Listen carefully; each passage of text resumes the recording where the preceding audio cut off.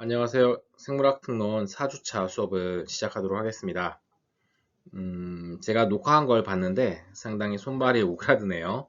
목소리도 마음에 안 들고 제가 하는 어떤 행동이라든 표정도 마음에 안 들긴 하지만 어, 계속 온라인 수업을 해야 되는 그런 상황이라서 어쩔 수 없이 계속 4주차 수업도 이렇게 하게 되었습니다.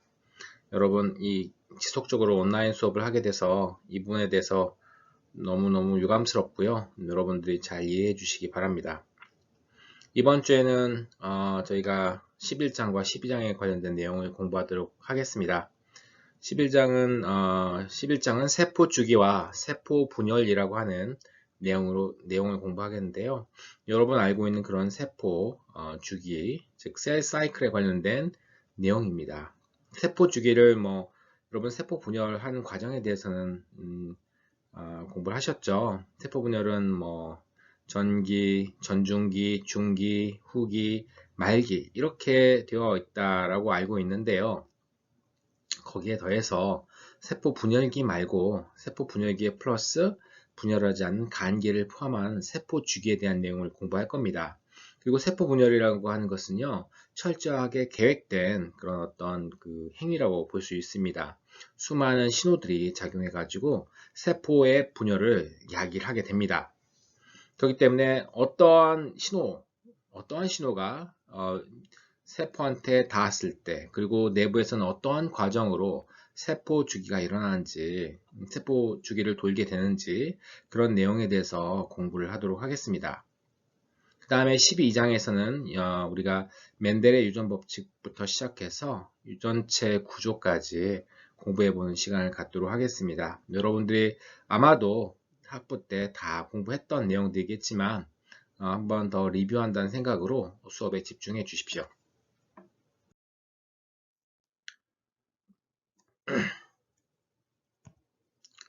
자, 모든 세포는 다른 세포로부터 유래한다. 어디서 많이 들어본 얘기죠? 세포설이라고 하는 것의 큰 중요한 이론 중에 하나입니다. 모든 세포는 다른 세포로부터 유래하고 모든 생물은 하나 이상의 세포로 구성되어 있다라고 하는 것이 바로 세포설의 주요한 내용이 되겠습니다. 자, 세포가 분열한다는 것, 세포가 하나가 둘이 되는 과정들이 되겠죠. 자, 이런 그 과정들은 결국은 우리 생물 생활에서 매우 중요한 일이 되겠습니다. 그러니까 세포가 분열한다는 것은 우리가 예를 들어 하나의 예를 들어보면 정자와 난자가 만들어서 세포 하나짜리 접합자를 만들게 됩니다. 그 접합자가 분열해서 수없이 많은 분열을 해서 우리와 같이 거대한 정말 많은 세포로 구성된 하나의 개체를 이루게 되는 것이죠. 이 과정에서 세포 분열은 정말 중요한 일을 할 수밖에 없습니다. 그리고 세포 분열의 두 번째 방식인 그 감수 분열에 의해서 여러분 아시겠지만 남자는 정자를 만들고 여성은 난자를 만들어서 그 다음 세대를 잉태시킬 수 있는 또 어떤 기회가 되는 것이죠. 그래서 세포 분열은 우리 생물의 생활사에 있어서 정말 뗄래야 뗄 수 없는 중요한 사건이라고 할 수 있습니다. 자, 이 세포 분열은 분열 신호가 오게 되고요. 제가 아까 얼핏 얘기 드렸지만요. 세포 분열은 굉장히 그 정교한 과정이 되겠습니다. 굉장히 정교한 과정입니다. 아무 때나 분열하지 않습니다. 분열할 때만 분열하는데 분열할 때 주는 신호가 바로 분열 신호가 되겠죠. 그런 다음에 이 분열 신호를 받은 세포가 먼저 하는 일은 DNA를 복제하는 것입니다. DNA는 우리 세포의 중요한 정보를 담고 있죠. 세포가 뭐를 만들고 세포가 어떻게 행동하고 모든 거의 정보는 이 DNA에 들어 있습니다. 자, 그리고 이 복제된 이 DNA를 분리하는 과정들. 이 과정이 여러분 알고 있는 유사분열이라든지 감수분열의 핵심적인 부분이 되겠습니다. 그러니까 그러니까 DNA가 분열하는 과정이 되겠죠. 그런 다음에 마지막으로 세포질 분열이 일어나게 됩니다.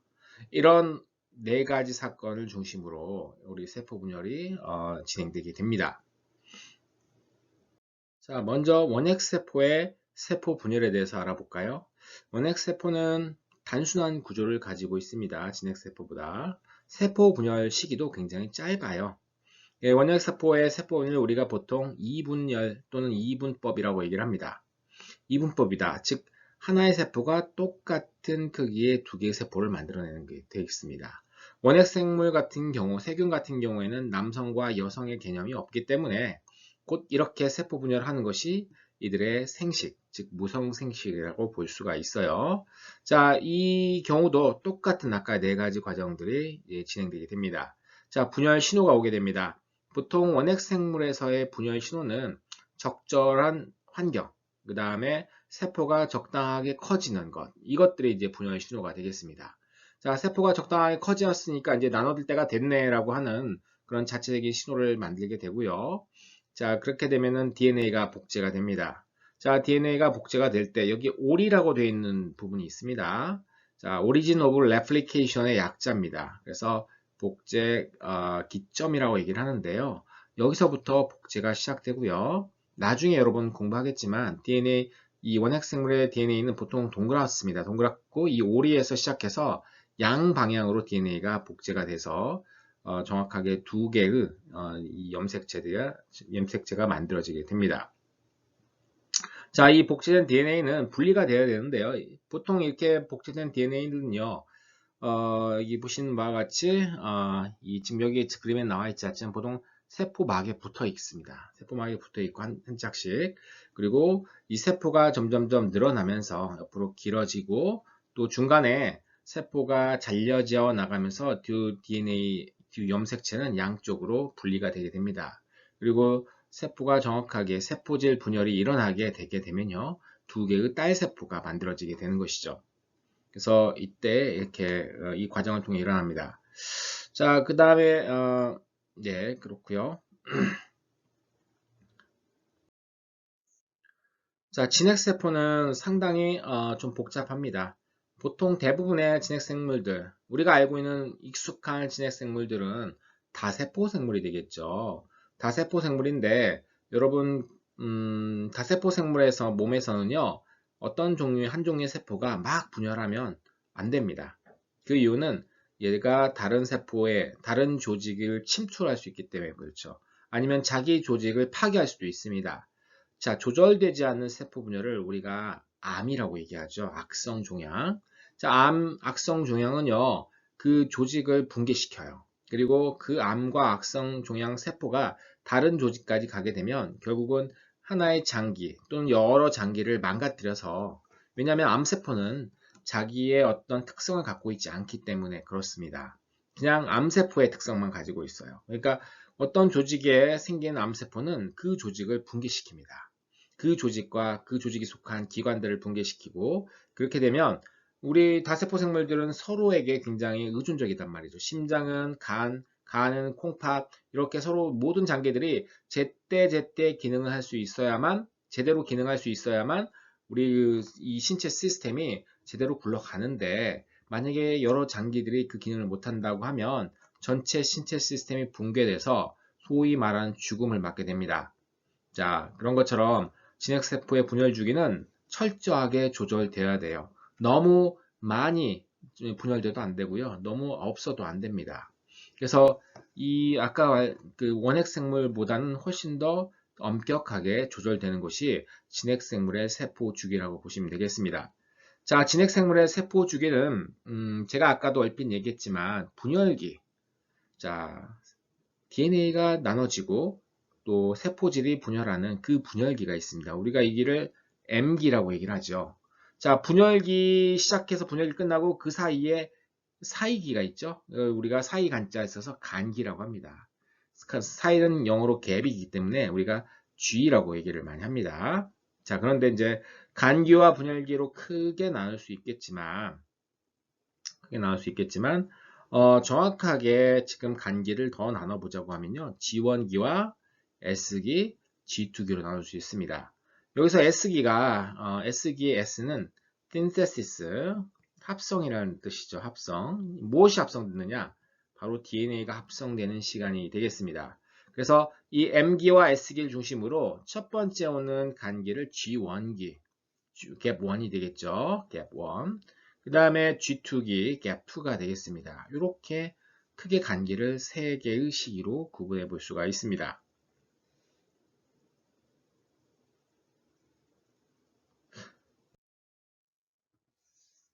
자, 그러면 사람들이 궁금해했죠. 과학자들이요. 도대체 어떤 신호가 세포 분열을 촉진하게 만드느냐? 그 신호는 어디에 있느냐? 여러 가지 그 궁금증이 생기게 됩니다. 그래서 사람들이 생각했어요. S기의 세포가 있고 G1기. 보통 세포들이 주기를 돌지 않고 멈춰 있는, 즉 정지되어 있는 상태를 우리가 보통 얘기할 때 G0기라고 얘기를 합니다만, 보통 G0기는 G1기의 일부가 됩니다. 즉 G1기 상태에 머물러 있는 세포, 분열하지 않은 세포와 S기에 있는 세포, 지금 현재 이 DNA를 복제하고 있는 세포 두 개를 융합을 시켜줬어요. 여기에 적당한 바이러스 같은 걸 처리해주면요, 두 세포가 융합이 됩니다. 융합을 하게 되면, 자, 원래 S기에 있는 세포는 핵은 DNA 복제를 하고 있었으니까 문제 없지만, G1기에 있는 핵은 DNA 복제를 안 하고 있었는데, 둘이 섞이니까 복제를 한단 말이죠. 그런 거 보니까 S기 세포에는 어떤 물질이 있어요. 그 정체는 모르겠지만 이 물질이 G1기 세포, 즉 세포 핵분열을 DNA 합성을 하지 않는 세포에 영향을 미쳐서 얘가 DNA 합성하도록 촉진한다라는 걸 결론을 내리게 되었습니다. 그러면 도대체 그 물질의 정체는 무엇이냐? 자, 물질의 정체의 답을 먼저 말씀드리면요. 사이클린이라고 하는 사이클린과 이 CDK의 합작품이 되겠습니다. 자, CDK는 사이클린 디펜던트 카이네이즈, 즉 사이클린 의존성 인산화 효소를 말합니다.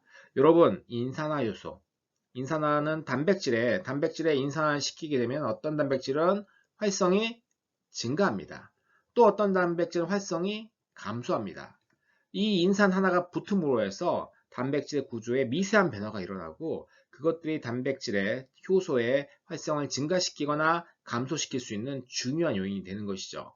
자, 사이클린, 이 CDK라고 불리는 이 사이클린 디펜던트 카이네이즈는요, 혼자서는 이 인산화 기능이 없어요. 반드시 사이클린과 결합을 해야만 얘들이 활성을 갖게 됩니다. 자, 이해하셨죠? 이 사이클린의 이름은 왜 나왔느냐? 어디서 나왔느냐? 사이클린은 주기란 뜻입니다. 사이클에서 나왔어요. 자, 세포의 어느 시기에는 굉장히 사이클린이 많아져요. 세포 내에서는요. 그런데 어느 시기엔 사이클린이 적어지게 됩니다. 사이클린이 많아지게 되면요, 여기에 지금 사이클린과 결합을 원하는 CDK와 결합을 해가지고 활성화된 CDK를 만들어낼 수 있습니다. 여기처럼요. 그런데 사이클린 농도가 적어지게 되면요, CDK가 결합할 수 있는 사이클린이 없기 때문에 얘가 인산화 기능을 충분히 할 수가 없게 됩니다. 그래서 바로 이 사이클린이 중요한 요인이라는 걸 알 수 있겠죠. 이 사이클린 때문에 아까 봤던 이 전 슬라이드에서 봤던 것처럼 G1기에 있는 핵이 S기의 핵처럼 DNA 합성을 하더라라는 얘기입니다. 자, 그래서 자, 사이클린만 있으면 다 되느냐? 사실 이 사이클린이 있고 CDK가 있는데요. 우리가 이 세포 주기가 사이클린 종류가 굉장히 여러 가지가 있습니다. 여러 개 우리 다음 슬라이드에 살펴볼 텐데요. 이 사이클린이 충분하게 만들어지고 CDK랑 결합하게 되면 우리가 그 다음 단계로 넘어갈 수가 있습니다. 여기 지금 빨간색으로 표시된 것들 있죠? 이 빨간색들은 무엇이냐면 이 빨간색들은 우리가 확인점이라고 불리는 점들이 되겠습니다. 이 확인점에서 모든 것이 이상이 없어야만 그 다음 단계로 넘어갈 수 있어요. 무슨 얘기냐면요, 예를 들어 G1기 핵, 지금 편안한 상태의 그 DNA가 있습니다. 자, 근데 DNA에 돌연변이가 많이 생겼어요. 돌연변이가 생긴다는 얘기는 돌연변이 유전자가 발현된다는 뜻이죠. 돌연변이 유전자는 보통 해롭기 때문에 DNA상에 문제가 있게 되면요, 얘들이 합성을 하지 않습니다. 이 확인점에서, 즉 DNA 손상이라든지 불완전한 복제 또는 DNA 손상이라든지, 주로 DNA 손상이 되겠죠. 이 확인점에서 DNA 손상들이 확인이 되면요, 여기를 넘어갈 수가 없습니다. 아시겠죠? DNA 손상이 확인되면 넘어갈 수가 없습니다. 그리고 그런 이 확인점을 통과할 때, 즉 확인점에서 체크가 되면 사이클린 농도가 증가하고요. 그러면서 그 다음 단계로 넘어갈 수 있는 배경이 되겠죠. 여러분. 자, 그래서 이 확인점 4개 있다는 거 지금 알아두시고요. 각각 G1기에서 S기로 넘어갈 때, 또 S기 중간에서 지속될 때, 그 다음에 G2기에서 M기로 넘어갈 때도 지금 확인점이 있고요. 결정적으로 유사분열 M기의 중기 시기에도 확인점이 존재합니다. 그래서 중기 시기에 여러분들 이 자매 염색 분체가 이렇게 서로 붙어 있죠. 그리고 방추사들이 양쪽에 붙어 있어 가지고 얘를 끌어당기려고 합니다. 자, 그런데 어떤 염색체, 예를 들어 한쪽에는 방추사가 붙었는데 한쪽에는 안 붙었어요. 이 경우 없어요.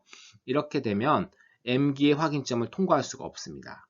만약에 미부착된 방추사, 그러니까 염색체에 방추사가 미부착된 경우가 있다고 하면 여기서 멈춰버리게 돼요. 여러분 이해 가시죠? 멈춰버리게 돼서 세포 주기를 완성할 수가 없습니다. 이 확인점의 존재 이유는요, DNA도 완벽하고 그 다음에 염색체 분리도 완벽한 상태에서, 즉 완벽한 딸세포를 만들기 위한 어느 정도의 어떤 안전장치라 생각하시면 됩니다. 자, 아까 사이클린 얘기를 했었는데요. 사이클린은 크게 여기 지금 D, E, A, B 이렇게 되어 있는데요. 이 사이클린 종류도 다양하고요. 각각의 사이클린이 맥시멈을 찍는 그 시기들이 각각 다릅니다. 보신 바와 같이. 그 다음에 이 사이클린과 결합하는 CDK도 종류가 다양합니다. CDK 1, 2, 4 이렇게 다양해요. 그래서 각각이 여기 지금 이 사이클린과 CDK 조합들이 있음으로 해서 그 단계에서 그 다음 단계로 넘어갈 수 있도록 도와주게 됩니다. 자, 사이클린은 제가 아까도 설명했습니다만 사이클린은 농도가 그 세포 내에서 농도가 주기적으로 변합니다. 즉 높아질 때가 있고 줄어들 때가 있습니다. 아까 방금 전에 슬라이드에서 봤던 것처럼 사이클린 D 같은 경우는 전체에서 올라갔다 내려가고 A 같은 경우에는 이 G2기에서 올라갔다 내려가고 이런 부분들이 있는데요. 자, 사이클린이 만들어지는 맥시멈이 있고요. 사이클린이 굉장히 많이 만들어지면 CDK랑 결합해가지고 활동을 하겠죠. CDK가 인산화시키는 목적이니까 활동을 하고 그 시기가 지나면 그 사이클린은 분해가 돼버립니다. 쉽게 분해가 돼버려요. 그러면 다시 이 CDK는 그 활성을 잃어버리게 됩니다. 그러니까 한순간 쭉 증가했다가 뚝 떨어지게 돼요. 그리고 쭉 증가했을 때 자기 일을 다 하고 뚝 떨어지게 되면 이제 더 이상 역할을 하지 않는 거가 되겠죠. 그래서 세포 주기가 철저하게 조절될 수 있는 것도 이 사이클린의 이 합성과 그 다음에 분해가 일시적이기 때문에 가능합니다. 항상 사이클린이 많게 되면 항상 주기를 돌게 되겠죠. 이러면 별로 좋지 않은 결과를 초래할 수 있습니다. 자, 먼저 유사분열에 대해서 알아보도록 하겠습니다. 유사분열은 체세포가 분열할 때, 체세포 분열 시 핵분열, DNA의 분열을 얘기를 하게 됩니다. 자, 여기 여러분 보시게 되면요, 중기에 있는 염색체가 있습니다. 중기에 있는 염색체, 여기 가운데 동원체가 있겠고요. 자, 이 두 개가 각각 서로에 대해서 자매 염색 분체가 되겠습니다. 근데 여러분들 이 중기 염색체 굉장히 익숙하죠? 사실 중기 염색체는요, 고도로 응축된 상태입니다. 일종의 이 염색체 자체는요, 굉장히 길어요. 길기 때문에 이 짧은 이 분열기 동안 염색체를 서로 분리시켜야 되잖아요. 분리시켜야 되는데 길쭉해버리면 분리되어 있는데 시간이 많이 걸립니다. 그렇기 때문에 가급적 이 염색체를 뭉쳐서 이렇게 우리 눈에 보일 정도로 짧은 크기로 만들어냅니다. 이건 이제 수송용이 되겠죠. 분리하기 위한 분리 용도의 염색체가 되겠습니다. 자, 이런 응축된 구조의 M기의 염색체가 있고요. 하지만 일반적인 이 분열기 상태에서의 염색체 말고는 다 풀어진 상태죠. 물론 그냥 다 풀어진 건 아닙니다. DNA 이중나선과 히스톤 같은 단백질을 이루어서 염색질이라고 하는 상태로 존재하게 됩니다. 염색질. DNA는 DNA로만 존재하지 않고 단백질과 결합한 염색질 상태로 존재하게 돼요. 자, G1기는 DNA가 이중나선 한 가닥이지만 물론 상동 염색체도 한 가닥이 있습니다. 자, G2, DS기로 집어주면서 각각의 염색체가 중복이 되게 됩니다. 복제가 되게 되고 그 두 개는 여기 동원체를 중심으로 서로 붙어 있게 됩니다. 그리고 이제 M기에 들어가서 이 두 개가 또 나눠지게 되는 것이죠. 이제 G2기에서 M기로 넘어가는 과정 중에 이제 이것들이 응축이 돼서 우리가 알고 있는 이런 형태의 염색체를 형성하게 됩니다. 자, 응축되는 과정들에 대해서 보게 될까요? DNA 이중나선이 있으면요, 얘들이 이 히스톤이라고 하는 단백질을 한 바퀴 하고 한 4분의 3 정도 갑니다. 감고 넘어갑니다. 8개 히스톤 분자로 되어 있는 이 중심부를 이렇게 감아 돌고 또 감아 돌고 감아 돌고 하는 과정인데 요 단위체를 우리가 뉴클레오솜이라고 얘기를 합니다. 자, 그냥 DNA보다 한 10배 정도 더 응축된 상태고요. 여기서 염색질은 이제 좀 더, 이것부터 더 꼬여서 응축된 상태가 되겠죠. 염색질을 형성합니다. 50배 정도 응축이 됐고요. 그 다음에, 여기 중간에 이제 단백질 골격이 있고요. 이 단백질 골격이 있고, 여기에 이 응축된 염색질들이 이런 섬유처럼 부착되어 있는 형태를 볼 수 있습니다. 이 경우 250배까지 응축이 되고요. 얘들이 또 말렸어요. 이렇게 동그랗게 말리게 되면요. 응축된 염색체를 만들고 또 이게 더 응축이 되게 되면 우리가 알고 있는 중기 염색체를 만들게 됩니다. 자, 우리가 세포주기 사건을 요약해 보게 되면요. 간기와 자, 분열기, M기라고 얘기하는 이 분열기를 구성하는데요. 간기는 지원기, S기, G2기예요. 지원기는 그냥 생장하는 시기입니다. 세포가 분열을 생각하지 않고 세포의 크기를 키우는 시기입니다. S기는 DNA 복제가 일어나는 시기고요. G2기는 방추사 합성과 또 유사 분열을 준비하는 그런 시간이 되겠습니다. 그러니까 좀 준비가 완벽하게 진행되면 이제 M기로 넘어가게 되고요. 전기에는 염색체 응축과 방추사 조립이 일어납니다. 아직 핵이 없어지잖아요.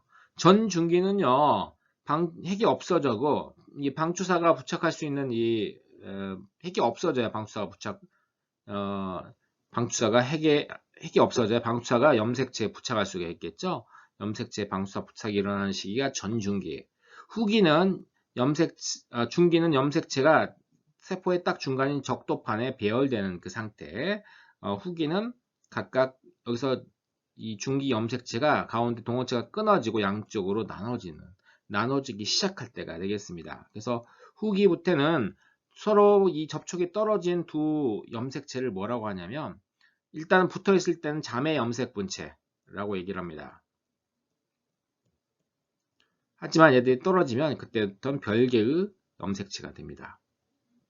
이해하셨죠? 그래서 후기에서는 염색체가 분리돼서 각각의 그걸 끌려가고요. 말기에는 핵막이 다시 재형성이 되게 되었습니다. 그 다음에 이제 세포질 분열이 일어나게 되겠죠. 세포를 분리시키는 과정이라고 볼 수 있습니다.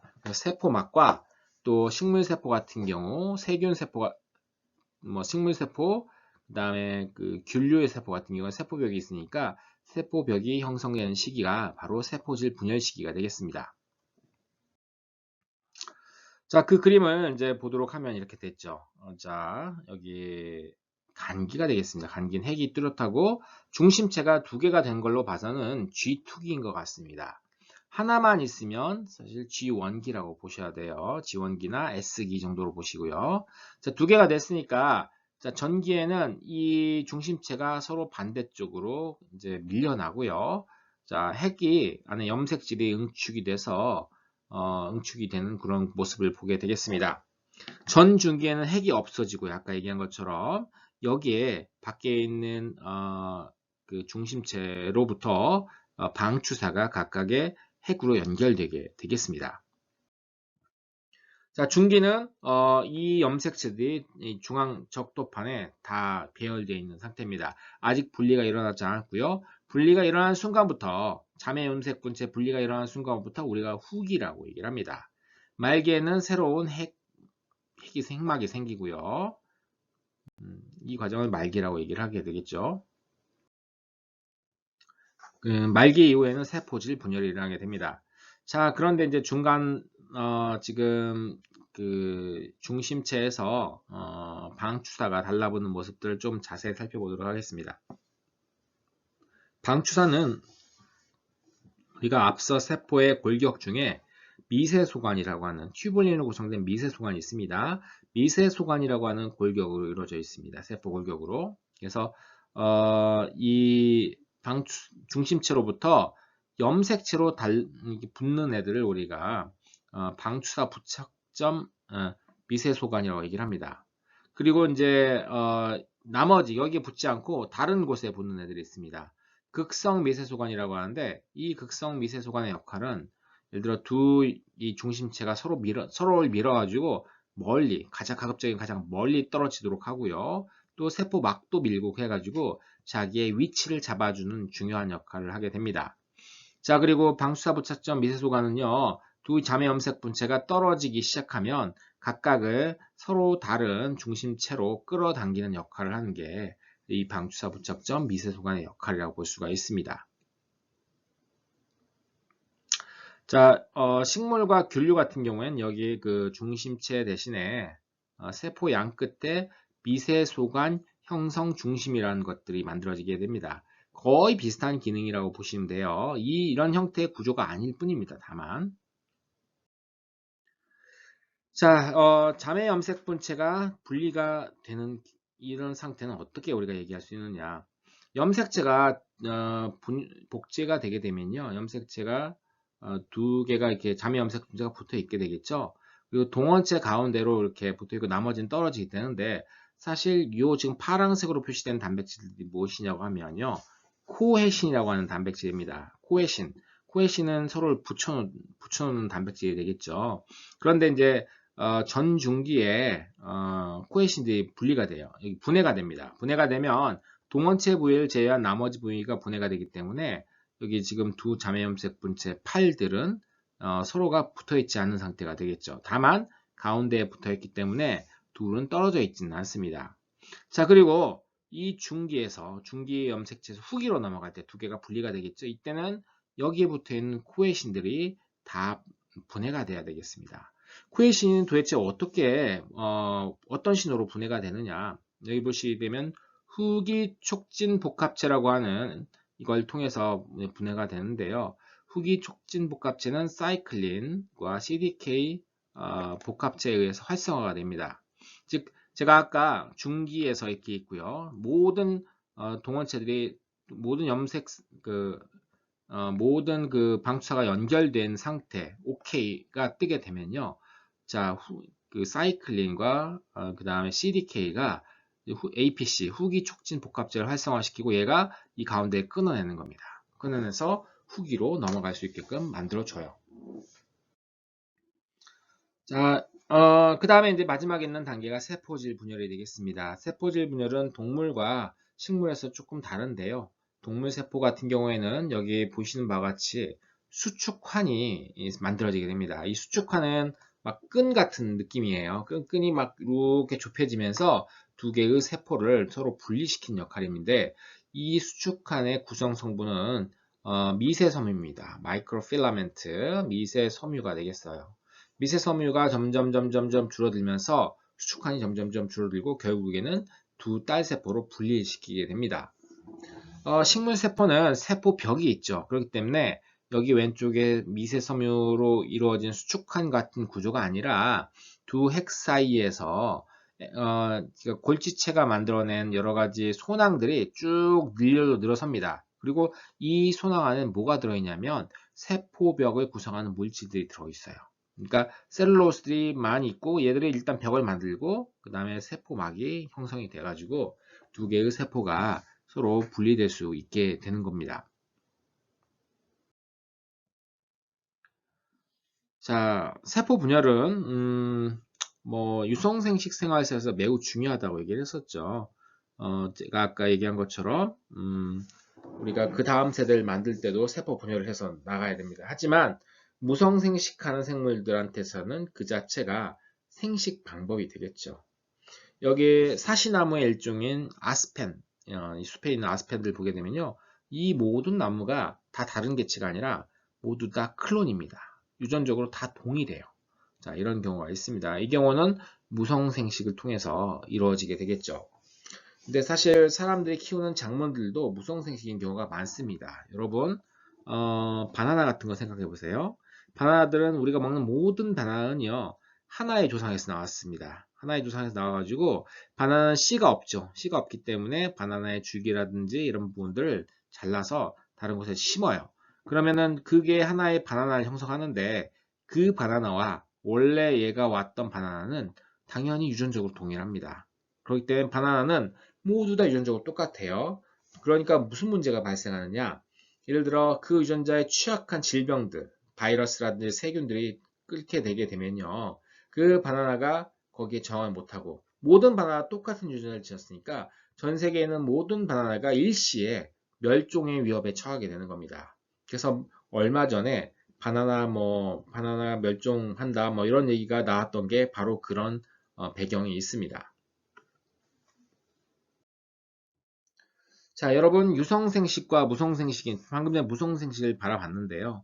무성생식은 장점이 한 가지 있습니다. 무성생식은 유전적으로 똑같은 개체들을 많이 만들죠. 무성생식은 자원의 낭비가 거의 없어요. 세포 하나가 두 개가 됩니다. 그죠, 여러분? 두 개가 네 개가 됩니다. 자, 그런데 유성생식은 그렇지 않아요. 자, 우리가 사람이 정자 하나를 만들려고 할 때 감수 분열을 하죠. 그래서 세포 하나가 4개를 만들어요. 감수 분열을 통해서 정자 4개를 만듭니다. 마찬가지로 난자도 4개를 만듭니다. 물론 난자는 하나만 몰아주기로 하죠. 극체 3개 만들고 난자 하나 하는데 어쨌든 넷 중에 하나가 되겠죠. 자, 둘이 수정을 하는 것도 결국은 넷 중에 하나가 되겠습니다. 총 8개의 세포를 만들어서 그 중에 오히려 이제 숫자가 더 줄은 거예요. 이렇게 보면요. 하나의 세포를 만든 것이죠. 난자 4개, 정자 4개를 만들어서 결합을 시켰어. 사실 근데 정자 같은 경우에는 그보다 훨씬 더 많이 만들기 때문에 유성생식의 단점은 많은 비용이 든다는 것입니다. 다만 유성생식의 장점은 뭐냐면 우리가 제가 이제 예를 들어 정자를 만드는데 1억 개를 만들었다면 1억 개가 모두 다 유전적으로 다 다르게 됩니다. 굉장히 유전적으로 다양한 자손을 만들 수 있어요. 저의 그 상대방도 똑같은 뭐 방식으로 난자를 만들 거기 때문에 다양한 난자의 조합과 다양한 정자의 조합들이 이론적으로 가능하기 때문에 예를 들어 제가 뭐 그럴 능력은 없지만 자손을 100명을 낳는다 하더라도 그 모든 자손들이 전부 다 유전적으로 다 다르게 됩니다. 유전적인 다양성이 만들어지게 되겠죠. 그리고 이런 유전적인 다양성은요, 자연 선택에 의한 진화의 토대가 됩니다. 자연 선택이 일어나려면 모두 다 한 종의 개체들이 유전적으로 달라야 되는 것이죠. 그래서 유성생식의 장점은 거기서 나옵니다. 비록 비싸고 힘든 과정이긴 하지만 그런 굉장히 다양한 자손들을 만들 수 있고 그 중에 하나, 둘, 굉장히 환경이 막 변한다고 해도 살아남는 개체들이 존재할 수 있다는 것이죠. 그것이 바로 유성생식의 장점이 되겠습니다. 자, 유성생식의 여러 유형들을 지금 이 그림에서 볼 수 있는데요. 먼저 이제 균류와 같은 경우는요. 대다수의 삶을 N자리 반수체 성체로 살아갑니다. 아주 잠시 수배우자와 안배우자를 만들어서 수정을 시켜서 아주 잠시 적합자를 만드는데 곧 감수 분열해서 다시 그 반수체 성체를 만들게 돼요. 이걸 우리가 단생체 생활사를 하고요. 그 다음에 우리 동물 같은 거 생각해 보세요. 동물 같은 경우에는 여러분들도 그렇고 저도 그렇고 대다수의 삶을 EN 상태로 살아갑니다. 그리고 그 다음 세대의 자손을 얻기 위해서 이 EN에서 감수 분열을 통해서 배우자, 즉 수배우자인 정자와 안배우자인 난자를 만들게 됩니다. 그리고 얘들은 결합하면 바로 EN자리가 되겠죠. 그러니까 긴 EN 그 다음에 짧은 N 시기가 존재합니다. 그리고 이 N 시기는 보통 세포 하나짜리입니다. 정자, 난자. 자, 그런데 이 식물 같은 경우에는요. EN N시기가 반반이라고 생각하시면 됩니다. 그리고 얘들은 세포가 다세포예요. 그래서 배우자를 만들어내는 배우체도 다세포고요. 포자를 만들어내는 포자체도 이 다세포가 되겠습니다. 그래서 이 경우 식물 같은 경우에는 세대 교번이라고 이걸 얘기해요. 다세포성 EN 세대와 다세포성 N 세대가 교대로 이루어지기 때문에 그렇습니다. 그래서 이런 세 가지 형태의 유성 생식 체제가 존재할 수 있게 되겠습니다. 자, 이제 감수 분열에 대해서 알아볼까요? 감수 분열은 전기가 굉장히 중요합니다. 전기에 무슨 일이 일어나느냐? 여러분, 감수 분열하면 물론 이 감수 분열의 가장 큰 장점 중에 하나는 유전적으로 매우 다양한 배우자, 정자나 난자가 만들어진다는 것입니다. 그리고 그 배경에는 가장 중요한 배경 중 하나는 바로 이 전기에 있다는 것이죠. 전기에 상동 염색체들이 그러니까 상동 염색체 이렇게 하나씩 있을 텐데 얘들이 이 복제를 해가지고 두 카피씩 만들어야 되겠죠. 이렇게 해서 이 뭐랄까 자매 염색 분체로 구성된 상동 염색체가 서로 이 네 개가 붙어 있어요. 접합이라고 얘기를 합니다. 이 접합 상태에 있고 접합 상태에 있으면서 얘들의 팔 다리 사이가 이렇게 보시면 교차가 일어나게 됩니다. 교차점에서 교차가 일어나게 되는 이런 과정들이 전기에서 일어나게 됩니다. 자, 감수 분열은 두 번의 핵분열이 일어나죠. 이 전기에 그러니까 감수 1분열 때 일어나는 핵분열과 감수 2분열 때 일어나는 핵분열인데 감수 1분열 때 일어나는 핵분열은 염색체가 절반으로 줄어들게 됩니다. 자, 감수 1분열의 중기를 보게 돼요. 가운데 늘어서 있는데 자매 염색 분체가 분리되는 게 아니라 상동 염색체가 지금 분리될 태세를 하고 있습니다. 그리고 후기 1에서 지금 나눠질 때 보게 되면 상동 염색체가 나눠져요. 그리고 여기가 세포질 분열을 해서 나눠지게 되는데 자, 이제 상동 염색체가 남아 있고요. 얘들은 지금 원래 자, 2n 이퀄 6인데 지금 각각 n 이퀄 3, n 이퀄 3, 즉 반수체로 줄어들게 됩니다. 감수 1분열을 통해서 반수체가 만들어지게 되고요. 이어진 감수 2분열은 흡사 유사 분열과 거의 비슷하다고 보시면 됩니다. 유사 분열에서는 얘들이 나눠질 때 뭐에 의해서 나눠질까요? 뭐가 나눠질까요? 지금 감수 1분열에서는 상동 염색체가 나눠졌지만 얘들은 자매 염색 분체가 나눠지는 걸 볼 수가 있습니다. 그러니까 자매 염색 분체가 나눠져 가지고 또 딸세포들을 형성하게 되겠죠. 자, 그래서 말기 2 가게 되고 그 산물은 반수체 산물 4개인데 얘들 사이의 유전자 조합이 다 다릅니다. 그래서 유전적으로 굉장히 다양한 딸세포 4개를 만드는 것이 바로 이 감수 분열의 결과라고 볼 수가 있어요. 자, 그리고 이 감수 분열에서 감수 1분열 전기에서 교차가 일어난다고 했죠. 상동 염색체가 이렇게 모여 있는 핵을 우리가 4분 염색체라고 합니다. 4분 염색체 또는 이가 염색체라고 얘기를 합니다.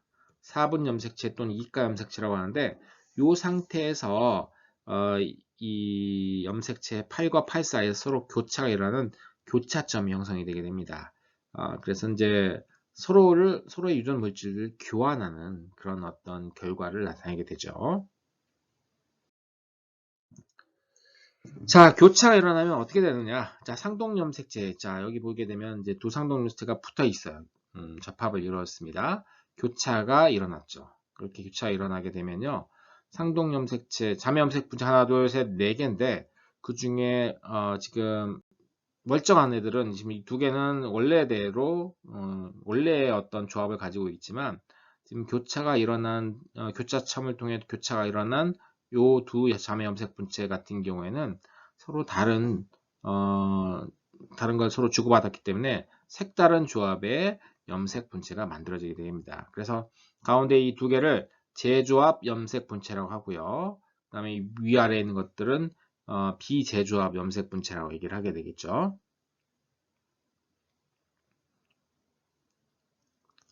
자, 이런 감수 분열을 통해서 지금 보면 이런 교차를 통한 유전적 다양성도 있지만요. 여러분 그 감수 분열의 염색체가 있죠. 자, 1번 염색체 아빠한테 받은 거 있고 엄마한테 받은 거 있어요. 그 다음에 2번 염색체도 아빠한테 받은 게 있고 엄마한테 받은 게 있습니다. 3번 염색체도 아빠, 엄마한테 받은 게 있어요. 딸 세포를 만들 때, 감수분열 딸 세포를 만들 때요.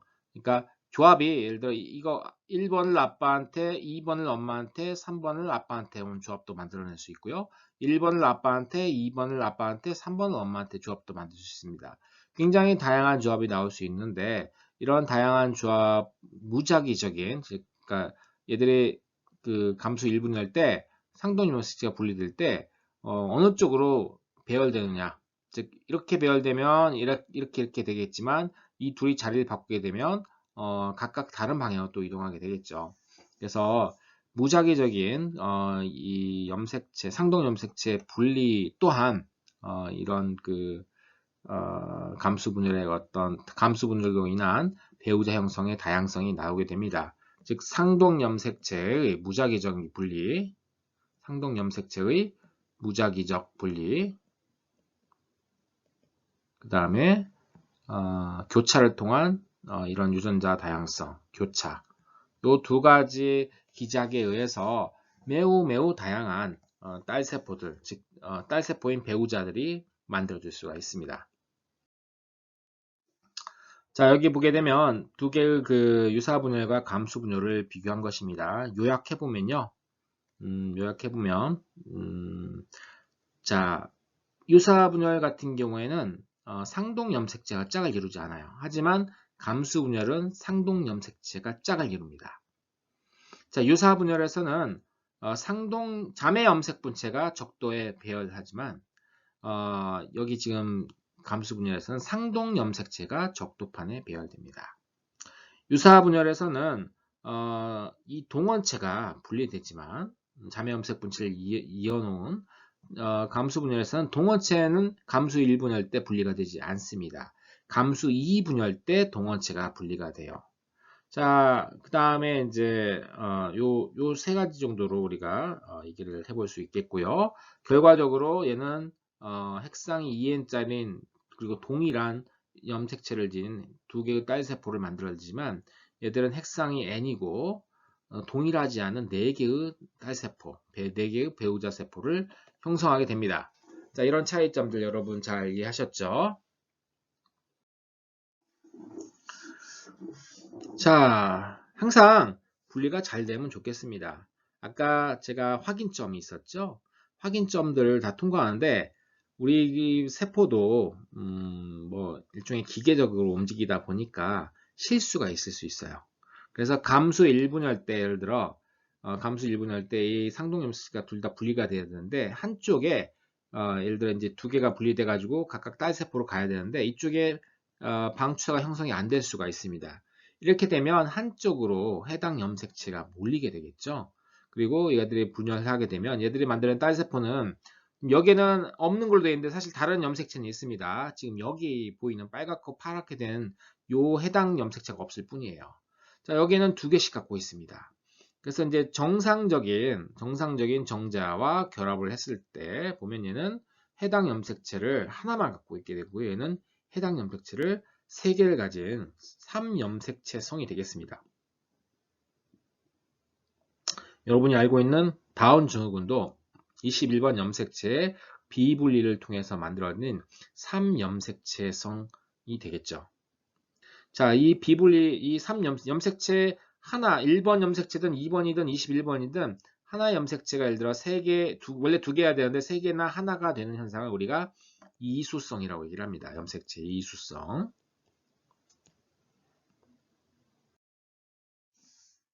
사람의 염색체를 지금 보고 있습니다. 여러분들이 이제 나중에 이걸 해볼 기회가 있을지 모르겠는데요. 사람의 염색체 사진을 찍고요. 이 염색체 사진을 바탕으로 예를 들어 1번부터 22번까지 그리고 X 염색체, Y 염색체를 이렇게 잘라 붙여 가지고 늘어 놓을 수가 있습니다. 자, 이렇게 전체 염색체 세트의 구성을 우리가 얘기할 때 핵형이라고 얘기해요. 핵형. 캐리오타입이라고 합니다. 캐리오타입. 자, 이 핵형을 만들 수가 있습니다. 사람의 핵형은 2n equal 46이라고 얘기를 합니다. 자, 2n은 2배체가 되는 것이고요. 46은 전체 염색체 개수가 되겠습니다. 자, 여기는 이제 사람의 이 핵형을 보는 여러 가지 방법인데 이건 굉장히 편리한 방법을 썼습니다. 왜냐하면 1번, 2번, 3번부터 해가지고 모든 염색체를 지금 서로 다른 형광 물질로 염색을 했기 때문에 그렇죠. 그래서 색깔이 1번이다. 야, 노란색이 1번이네. 그러면은 1번 염색체를 바로 우리가 식별해낼 수 있는 이런 장점을 가지고 있습니다. 이걸 이제 이런 방법을 우리가 염색체 페인팅, 크로모좀 페인팅이라고 얘기를 합니다. 크로모점 페인팅. 자, 이 방법을 이용하면 염색체를 분리하게 쉽게 구분할 수 있겠지만 옛날에는 다 검정색으로 염색이 됐어요. 그래서 가장 큰 거, 예를 들어 크기가 큰 거부터 작은 순서대로 지금 배열되어 있고요. 보시면 그 다음에 염색 동원체 위치가 중간이느냐 아니면 좀 위쪽이냐 아니면 맨 끝에 있느냐에 따라서 좀 그런 분류 방법이 있습니다. 크기가 같으면 중간에 있는 게 앞선 번호가 있고요. 점점 뒷번호로 가게 되는 그런 어떤 규칙이 있습니다. 그래서 그 규칙대로 해서 우리 사람 1번부터 22번, 그 다음에 X 염색체, Y 염색체를 우리가 알 수 있고, 그래서 핵형을 얻을 수가 있습니다. 자, 우리가 분열만 얘기를, 계속 분열 얘기를 했는데요. 세포가 죽을 때도, 나갈 때와 물러설 때를 잘 아는 것들이 이제 정상적인 세포가 되겠습니다. 실제로 세포가 죽는 현상들이 우리 몸에서도 일어나는데요. 이거를 세포 자살 또는 예정세포사라고 얘기합니다. 자, 여기 정상적인 백혈구가 있고요. 얘가 죽으면 그냥 획 죽는 게 아닙니다. 얘가 세포 자살 또는 예정 세포살을 하게 되면요. 여러 신호를 받게 되고 그 신호에 따라서 작은 덩어리로 쪼개지게 됩니다. 그리고 이 작은 덩어리는요. 이 청소를 하는 다른 백혈구 또는 대식세포들이 먹어서 얘의 운명을 끝장을 냅니다. 자, 세포 자살이 우리 몸에서도 필요합니다. 자살하면 세포가 죽는데 뭐가 좋냐라고 얘기할 수 있지만 더 이상 필요 없는 세포들은 없애버리는 게 좋죠. 그 다음에 세포는 오래 살수록 더 많은 유전적 손상을 입어서 암이 될 수 있습니다. 그래서 암이 될 가능성이 있는 노래된 늙은 세포들 같은 경우에는 세포 자살 신호를 만들어내서 스스로 죽습니다. 여러분 염색체 끝에 보게 되면요, 이 텔로미어라는 게 있습니다. 텔로미어라고 하는 부위가 있는데요.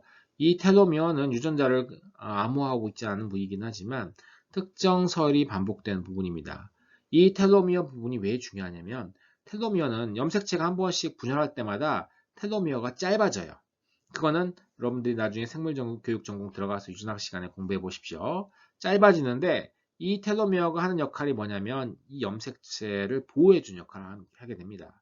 텔로미어가 너무 짧아지게 돼서 염색체가 더 이상 보호를 받을 수 없는 지경이다 라고 하면 세포가 이 짧은 텔로미어를 인식해서 스스로를 죽는 신호, 즉 자살 신호를 만들어냅니다. 그래서 자살을 하게 되겠죠. 너무 늙었어. 나는 늙었어. 이제 자살해야 돼. 그래서 자살하게 되는 겁니다. 자, 세포 자살의 신호는 외부에서 신호가 오게 되죠. 오게 되면 자, 여기 보시게 되면 이제 카스파제라고 하는 캐스페이즈라고 하는 단백질 분해 요소가 있어요. 이 단백질 분해 요소가 평소에는 활성이 없는데 이 외부 신호라든지 아니면 내부에서 나 죽여주세요 하는 신호가 오게 되면요. 얘가 활성을 띠게 됩니다. 활성을 띠게 돼서 먼저 하는 일이 핵에 있는 단백질이나 뉴클레오즘을 막 분해시켜요. 물론 이 카스파제만 작용하는 게 아니라 여러 가지 신호가 있긴 하지만 그렇게 되면 이 핵에 있는 DNA들이 싹 다 분해가 되고요. 세포질의 성분들도 막 분해가 되면서 이렇게 덩어리지면서 바깥으로 삐져나옵니다. 이 작은 덩어리가 되는 이유는 덩어리가 작아야 다른 대식 세포들이 잡아먹기가 편합니다. 이 전체 세포를 잡아먹은 건 좀 크죠. 그래서 작은 세포의 덩어리로 쪼개지게 되면서 세포는 운명을 맞이하게 됩니다. 자, 제가 아까 말씀드렸겠지만 적절한 세포 분열, 적절히 정확하게 통제되어야 되는데 그 통제되지 않은 세포 분열을 나타내는 세포가 바로 암세포, 악성 종양세포라고 얘기를 했습니다. 자, 이 암세포의 특징은 일단은 무한정 세포 분열을 해요. 세포 분열. 많이 하면 좋냐? 그렇지 않습니다. 우리 몸은 정확하게 통제가 돼야 됩니다. 또 몸의 다른 부위로 이동할 수 있는 능력, 즉 전이 능력을 갖게 됩니다. 초기 암세포는 전이 능력이 없고요. 이 암세포가 좀 더 진행이 된 다음에 분열이 진행되게 되면 전이 능력을 가져서 세포가 얼마나 작아요. 혈관을 타고 흐르다가 다른 멀쩡한 조직에 안착해서 그 조직의 암세포를 만들어내게 됩니다. 자기가 막 분열해가지고 그 조직에서도 암세포를 만들게 돼요. 자, 이렇게 이제 이게 문제가 되겠죠. 자, 암세포는 뭐 우리가 종양이라고 하는데 종양은 세포의 덩어리를 얘기하는데요. 종양 중에 양성 종양이 있고요. 악성 종양이 있습니다. 이 악성 종양이 바로 이 암세포가 되겠죠. 그러면 양성 종양과 악성 종양의 차이는 무엇이냐? 양성 종양은 일단 세포가 무한정 분열하지 않습니다. 어느 정도 분열한 다음에 멈춰요. 또 세포가 자기의 고유의 모양을 갖고 있습니다. 악성 종양은요, 세포가 원래 예를 들어 얘가 표피세포에서 시작했다고 하면 표피세포의 특징을 다 잃어버립니다. 그냥 암세포의 특징을 가져요. 어디에서 시작해서 간세포에서 시작했든 뭐 근육세포에 시작했든 뭐든지 상관없이 최종적으로 암세포라고 하는 그런 자기의 원래 갖고 있던 속성을 잃어버린 세포가 만들어지지만 양성종양은 자기의 어떤 고유한 특성들을 여전히 유지하고 있습니다. 이것들을 우리가 양성종양이라고 얘기를 하죠. 자, 암을 일으키고 암을 억제하는 두 종류의 유전자가 있습니다. 발암 유전자라고 하는 부분이 있고요. 그 다음에 종양 억제자가 있습니다.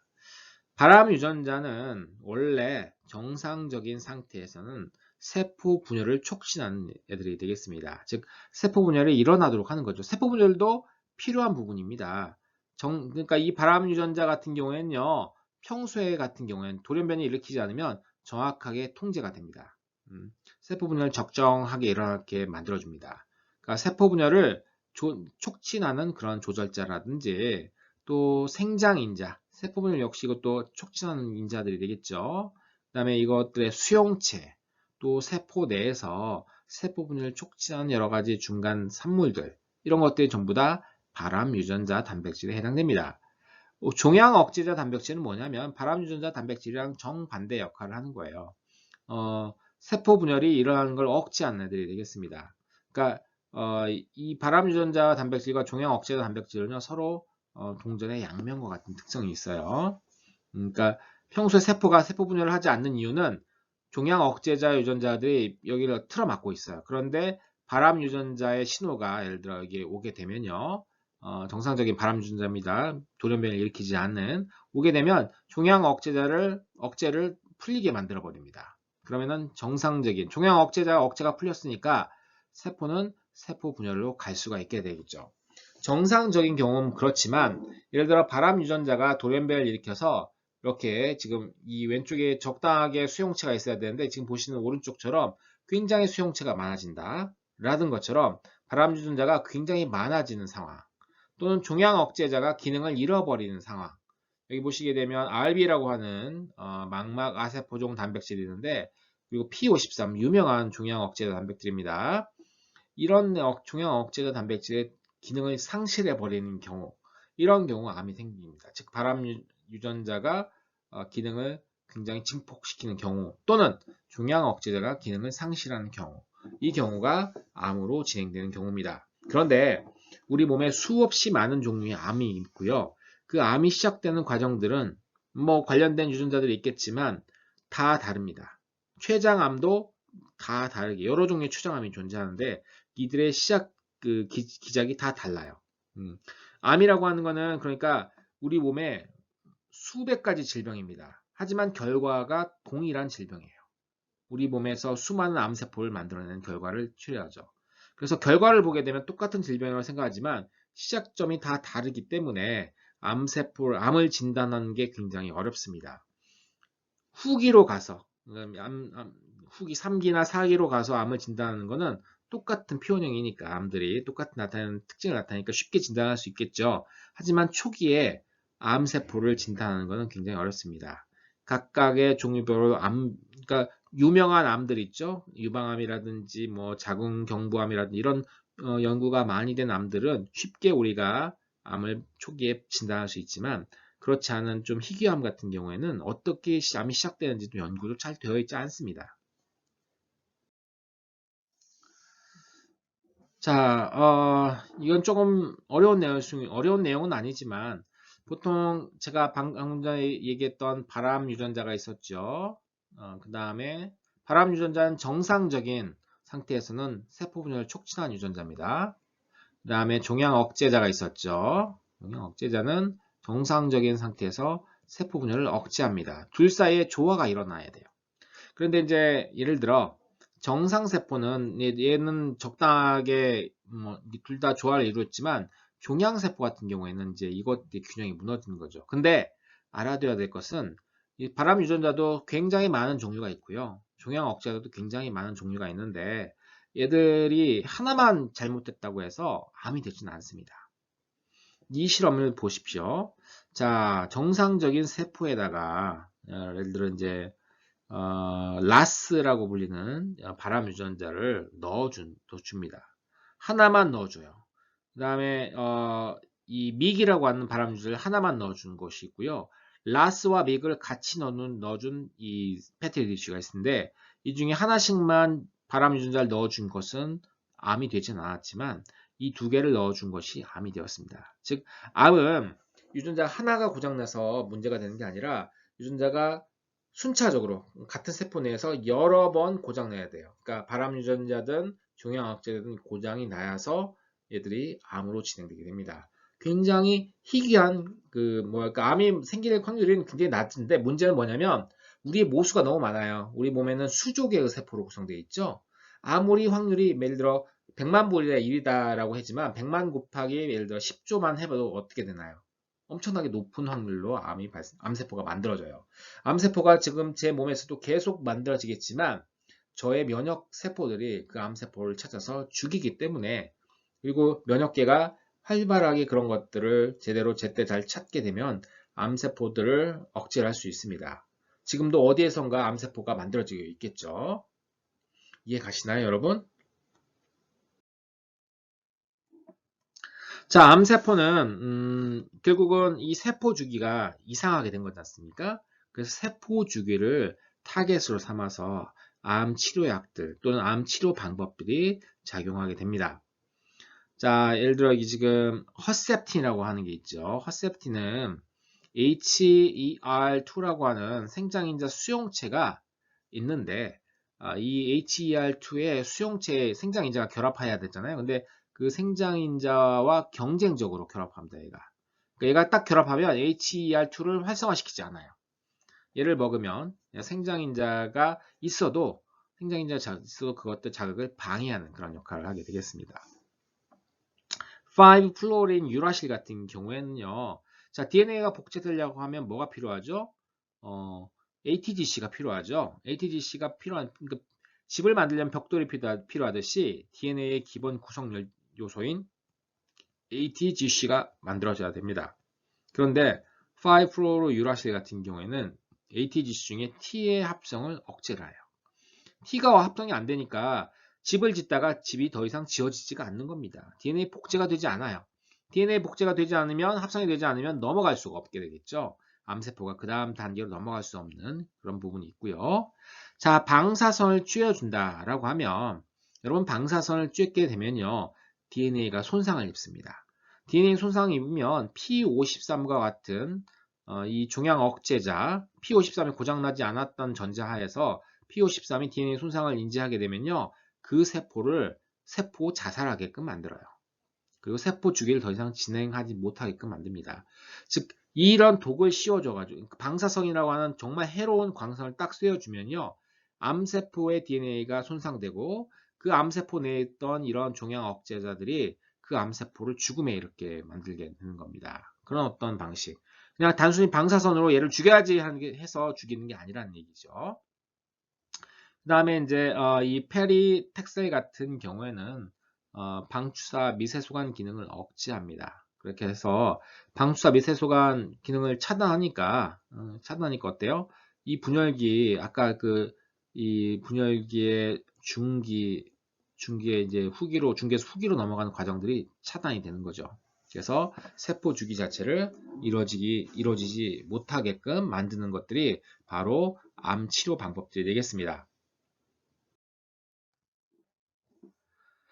자, 이어서 12장 내용을 공부하도록 하죠. 우리가 이 12장에서는 아까 얘기한 것처럼 멘델의 법칙에 대해서 얘기를 해보고요. 그 다음에 유전자에서 표현형이 어떻게 만들어지는지, 어떻게 다양한 표현형이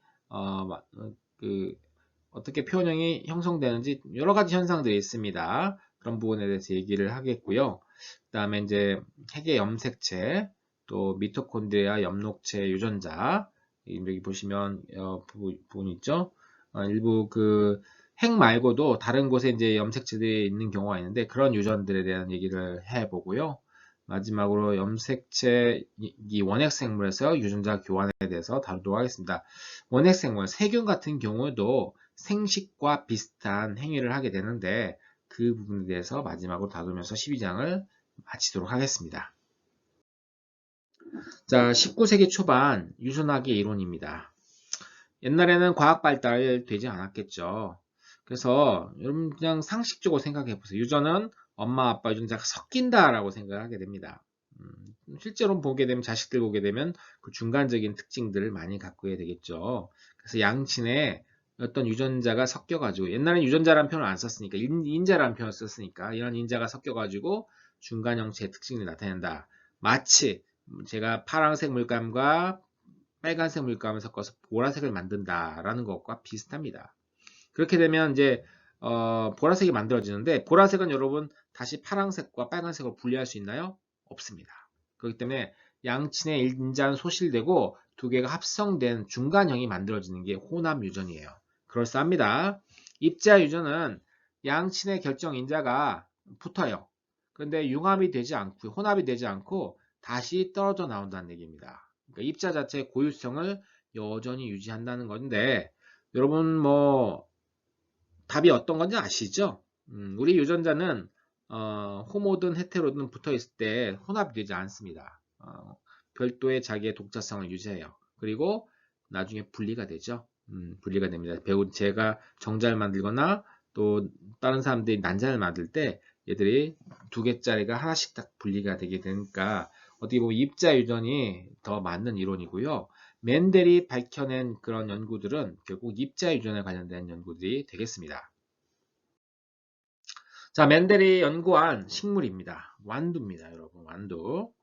자, 이 완두의 특징을 보게 되면 이렇게 생겼습니다. 지금 콩과 식물이 되겠죠.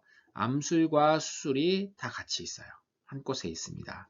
그 다음에 이 꽃가루 수술에서 꽃가루가 만들어지면 암술 머리에 닿게 되는데 보통 그냥 놔두면 자가수정을 하게 돼요. 애들이 자가수정을 하게 되고 이 꽃가루를 이제 잘라내서 이제 맨델 같은 경우에는 이 꽃가루를 잘라내서 자가수정을 일어나는 걸 막습니다. 그리고 원하는 꽃가루에서 붓으로 꽃가루를 타서 여기 암술머리에 묻혀가지고 인공적으로 잡종을 만들어내게 되겠죠.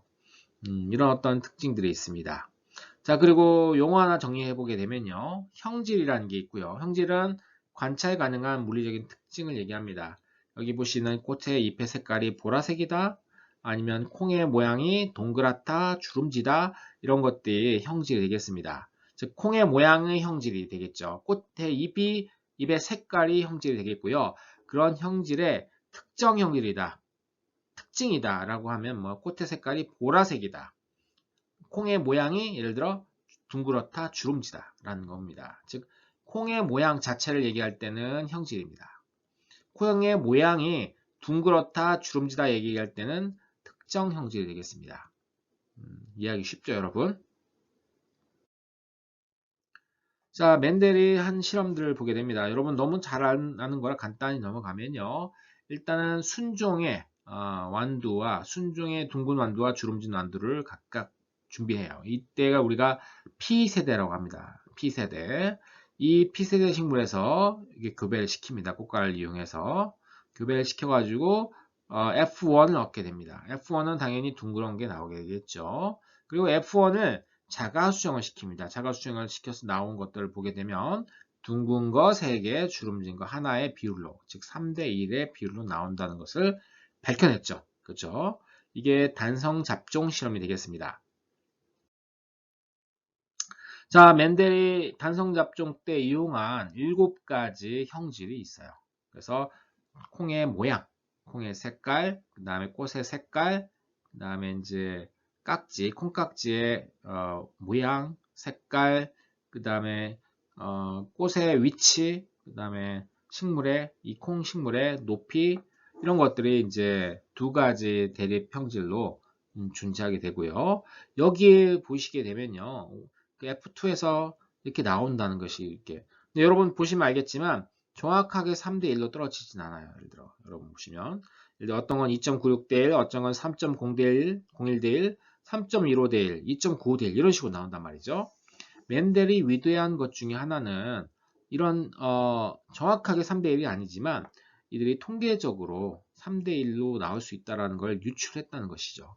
그리고 이 3대 1의 비율이 왜 나왔을까를 생각했을 때 이 둥근 콩과 주름진 콩의 어떤 입자들이 각각 2개씩 존재한다는 것을 이제 거꾸로 미루어 짐작한 거예요. 사실은 멘델은 이 2개씩 존재한다는 것을 뭐 직접 보여주진 않았습니다. 근데 이 실험 결과로부터 모델을 세운 거예요. 모델을 세우고 후대 1900년대 그 모델이 맞았음이 나중에 입증이 되게 됩니다. 이 당시에는 너무 혁신적이라서 다른 사람들이 이해를 못했고요. 당시에 인정을 받지 못했어요. 멘델이 죽은 이후에 1900년대 초에 인정을 받게 됩니다. 자, 영어 몇 개 정리해 보도록 하죠. 이배체, 반수체. 이배체는 아시죠, 여러분? 상동염색체가 2개 있는 세트가 이배체가 되겠고요. 하나가 있는 게 반수체가 되겠습니다. 대립유전자는 하나의 유전자에 들어갈 수 있는 여러 가지 형태가 되겠습니다. 예를 들어 이제 콩이 둥근다, 콩의 모양을 결정하는 유전자가 있어요. 콩의 모양. 그러면 여기에는 둥근 모양과 주름진 모양의 대립유전자 2가지가 존재하게 됩니다. 자, 이런 것들이 대립유전자가 되겠고요. 동형접합자는 예를 들어 여기 보이는 것 같이 라지알, 스몰알 같은 대립유전자 2개로 구성되어 있는 거. 이형접합자는 서로 다른 대립유전자 2개로 구성되어 있는 걸 이형접합자라고 얘기를 합니다. 표현형은 겉으로 드러나는 형질이 되겠고요. 유전자형은 유전자의 조성을 얘기를 하게 됩니다. 표현형은 여기 콩의 모양들이 표현형이 되겠고요. 라지알, 스몰알 또는 라지알, 스몰알이 바로 유전자형이 되겠습니다. 자, 멘델의 지금 이런 용어들을 잘 여러분들 기억하셔가지고 멘델의 법칙을 적용해 보게 되면요. 멘델의 그 단성 잡종 실험을 해 보게 되면 3대 1이 나오죠. 이렇게 보시게 되면 3대 1 너무 익숙한 구조가 되겠습니다. 자, 이때 멘델이 도달한 결론은 뭐냐면 모든 개체는 배우자를 만들 때 한 유전자에 대한 2사본이 분리돼요. 2개씩 있다라는 걸 알았어요. 2개씩. 그리고 그것들이 배우자, 즉 꽃가루나 아니면 알을 만들 때 얘들이 분리된다는 걸 알았습니다. 2배우자 중 1개의 사본만 그 안에 들어간다라는 게 멘델의 그 첫 번째 법칙인 분리의 법칙이 되겠습니다. 즉 2n짜리가 반수체가 된다는 것이죠. 반수체 될 때, 반수체 배우자를 만들 때 얘들이 원래 2개 붙어 있었는데 쪼개진다는 겁니다. 아주 중요한 발견이죠. 자, 그러면 이런 어떤 멘델의 그 분리의 법칙은 어디에서 우리가 그 증거를 찾을 수 있냐면요. 감수분열에 찾을 수 있습니다. 자, 감수분열. 이배체 부모가 있어요. 라지알과 스몰알이 있습니다. 이것이 이제 감수분열 관계를 통해서 각각 자매염색 분체 2개씩을 만들게 되겠죠. 그러면 첫 번째 감수 1분열 때 이 2 상동염색체가 분리가 됩니다. 그리고 얘들이 또 분리가 되겠죠. 이렇게요. 그래서 라지알과 스몰알이 비록 같은 개체에 있다고 하지만 나중에 얘들이 만들어내는 꽃가루라든지 알에는 각각 이렇게 하나씩 들어있는, 즉 분리가 된 상태가 된다라는 얘기고, 그 분리의 비는 1대1이 된다라는 게 굉장히 중요한 그 내용이 되겠습니다. 자, 지금 여러분들 이 콩 모양을 보게 되면 라지알, 스몰알은 동그라요. 스몰알은 주름져 있습니다. 그죠? 자, 이런 동그랗고 주름진 모양인데 이것들 동그란 모양은 근데 라지알인지 스몰알인지 몰라요. 표현형은 동그랗지만 얘의 유전자형이 뭔지 모르기 때문에 이걸 알아보기 위해서 기가 막히게 머리를 썼습니다. 맨델은 예를 들어 이걸 알아보기 위해서 스몰알과 교배를 시킨 거죠. 그러니까 자기가 갖고 있는 어떤 두 개의 인자로 즉 두 개의 대립전자로 구성되어 있다라고 하는 걸 가설을 증명해낸 셈입니다. 그러니까 스몰알, 즉 열성 호모 같은 경우는 이렇게 두 개 똑같은 걸로 되어 있기 때문에 예를 들어 결합을 하게 됐을 때 얘는 만들어낼 수 있는 배우자가 라지알과 스몰알. 라지알만 됐을 때는 라지알만 만들어내고 얘는 라지알, 스몰알만 만들어내게 되겠죠. 근데 얘는 스몰알만 만들어내니까 결합을 시켰을 때 예를 들어 라지알인 경우에는 모두 다 둥근 콩을 만들고요. 라지알, 스몰알인 경우에는 절반은 둥근 콩, 절반은 주름진 콩을 만들어내게 됩니다. 단순히 열성 호모랑 교배만 시켜봐도 이 둥그런 표현형은 둥그런 건데 유전자형이 라지알인지 스몰알인지를 밝혀낼 수 있는 것. 이것들이 검정교배고 이 검정교배를 통해 가지고 결국 맨델의 분리의 법칙 가설을 증명해낸 거나 다름없습니다. 자, 독립의 법칙은 맨델은 이제 시간이 굉장히 많았었나 봐요. 여러분 아시겠지만 이 실험을 8년간 했습니다. 지지고 볶고 모든 걸 다 해본 거죠. 자, 하나짜리 해보니까 이제 두 개짜리 한번 해볼까? 그래서 콩의 색깔과 모양과 같은 두 가지 표현형에 대한 그 교배 실험을 하게 됩니다. 두 가지를 했으니까 인자들도 각각 두 개씩 들어있겠죠. 자, 이렇게 했을 때 쭉 이 맨델이 해 보니까 이 9대 3대 3대 1의 비율로 나왔고 이런 비율이 나오려고 하면은 여기 라지 R 스몰 r 또 라지 Y 스몰 y라고 하는 즉 R과 Y라고 하는 이 두 개의 유전자는 표현할 수 있지만 두 개의 인자는 서로가 상관없이 각각 독립적으로 간다. 왜냐하면 지금 여기 콩의 색깔 보세요. 여기서 하나, 둘, 셋, 넷, 다섯, 여섯, 일곱, 여덟, 아홉, 열, 열하나, 열둘 12대 녹색 하나, 둘, 셋, 넷, 3. 3대 1이 되겠죠? 그러니까 콩의 색깔도 3대 1. 그 다음에 콩의 모양도 따지게 보면 역시 12대 3에서 3대 1이 나오는 겁니다. 이 서로가 요거를 생각하지 않고 여기만 봐도 3대 1. 이거 생각하지 않고 이것만 봐도 3대 1인 비율로 나온 걸로 봐서는 둘 다 각각 독립적으로 서로 분리된다는 걸 알 수가 있었어요. 이걸 우리가 독립의 법칙이라고 하고 이렇게 유전되는 걸 독립유전이라고 얘기를 합니다. 두 번째 법칙이 되겠죠. 자, 독립유전 역시 서로 다른 염색체에 있는 두 유전자를 생각해 보시면 됩니다. 자, 다른 염색체에 있기 때문에 얘들이 무작위적으로 제가 아까 분리된다고 얘기를 했죠. 염색체가 예를 들어 이런 배열로 라지 R과 라지 Y가 같은 방향으로 갈 수 있도록 또는 라지 R과 라지 Y가 서로 다른 방향으로 갈 수 있도록 이것 또는 이거 확률상으로 1대1로 분리가 될 수 있기 때문에 얘들로 나올 수 있는 자손의 수는 정말 1대 1대 1대 1 즉 요 지금 배우자의 비율은 1대 1대 1대 1 정확하게 독립적으로 분리된다는 걸 확인할 수가 있습니다. 그리고 이걸 가지고 역시 9대 3대 3대 1의 패턴들을 읽어낸 거죠.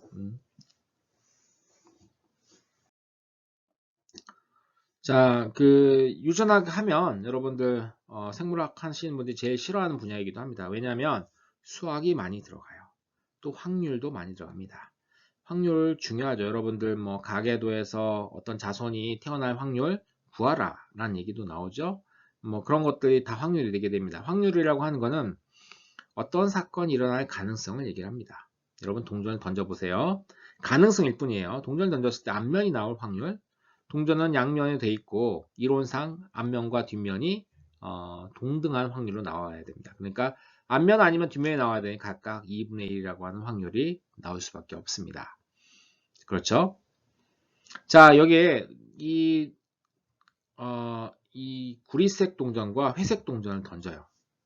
그랬을 때 둘 다 앞면이 나오거나 하나는 앞면, 하나는 뒷면 이렇게 나올 확률, 그 다음에 둘 다 뒷면이 나올 확률들을 계산해 볼 수 있습니다.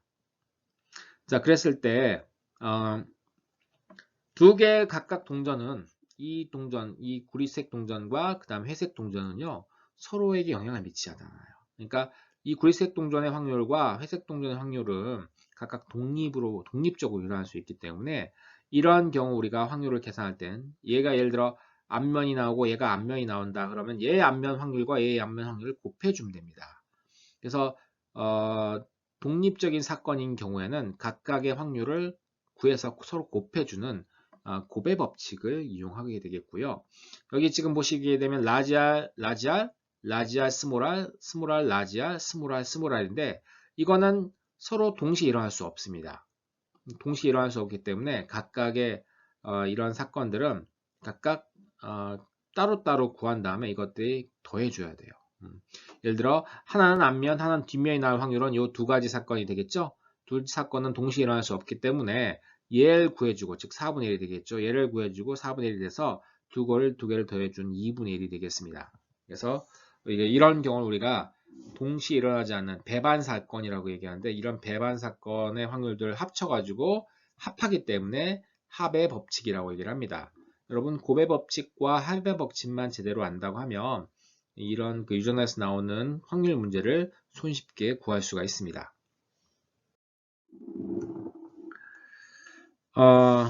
지금 여기에 보이는 것들 가계도라고 합니다.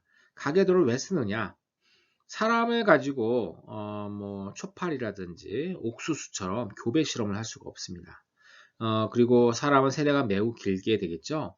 그리고 여러분들 뭐 할아버지가 어쨌네, 할머니가 어쨌네, 외삼촌이 어쨌네, 삼촌이 어쨌네라고 하는 그런 부분들은 비교적 최근 한 3대, 4대까지는 추적이 가능하기 때문에 그들의 특성들을 우리가 이 가계도 위에 표시돼 가지고 그 어떤 유전되는 특성들이 어떤 패턴으로 가는지를 대략 연구를 할 수가 있는데 그래서 굉장히 유용한 방식이 바로 이 가계도 분석이 되겠습니다. 자, 여기에 보게 되면 우성과 열성 유전의 패턴들을 나타내게 되는데요. 우성 유전은요, 지금 상염색체에 둘 다 있는 것들입니다, 여러분. X염색체에 있는 것들은 좀 달라요. 나중에 또 언제 공부할 기회가 있을 거예요. 상염색체에 있는 것들은요, 남성과 여성을 별로 가리지 않습니다. 남성과 여성을. 그래서 남성, 여성 패턴이 없는데, 우성 유전 같은 경우에는 거의 매 세대 출현한다고 보시면 되겠고요.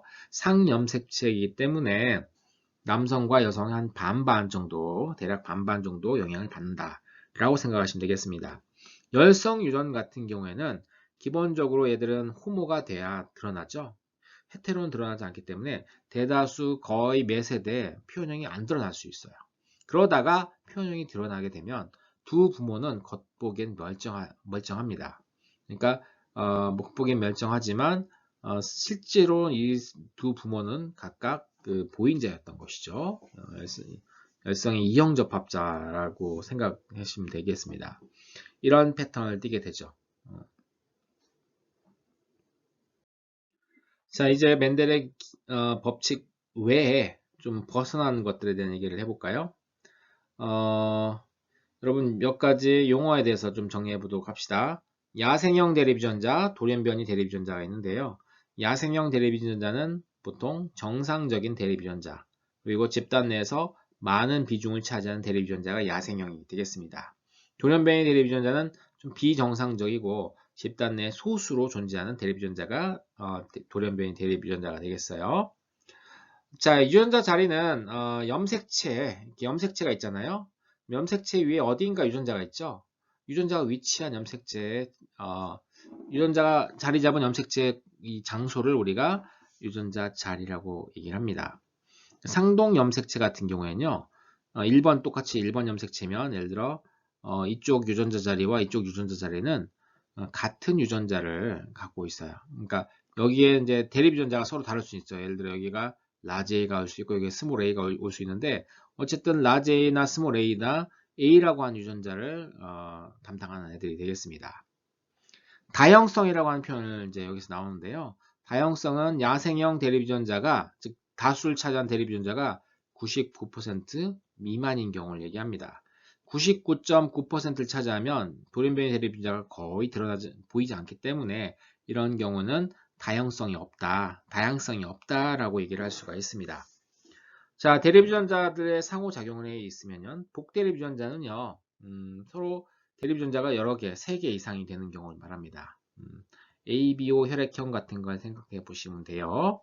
그 다음에 불완전 우성은 뭐냐면, 불완전 우성은, 예를 들어 여러분 여기 라지 A의 표현형이 있고요.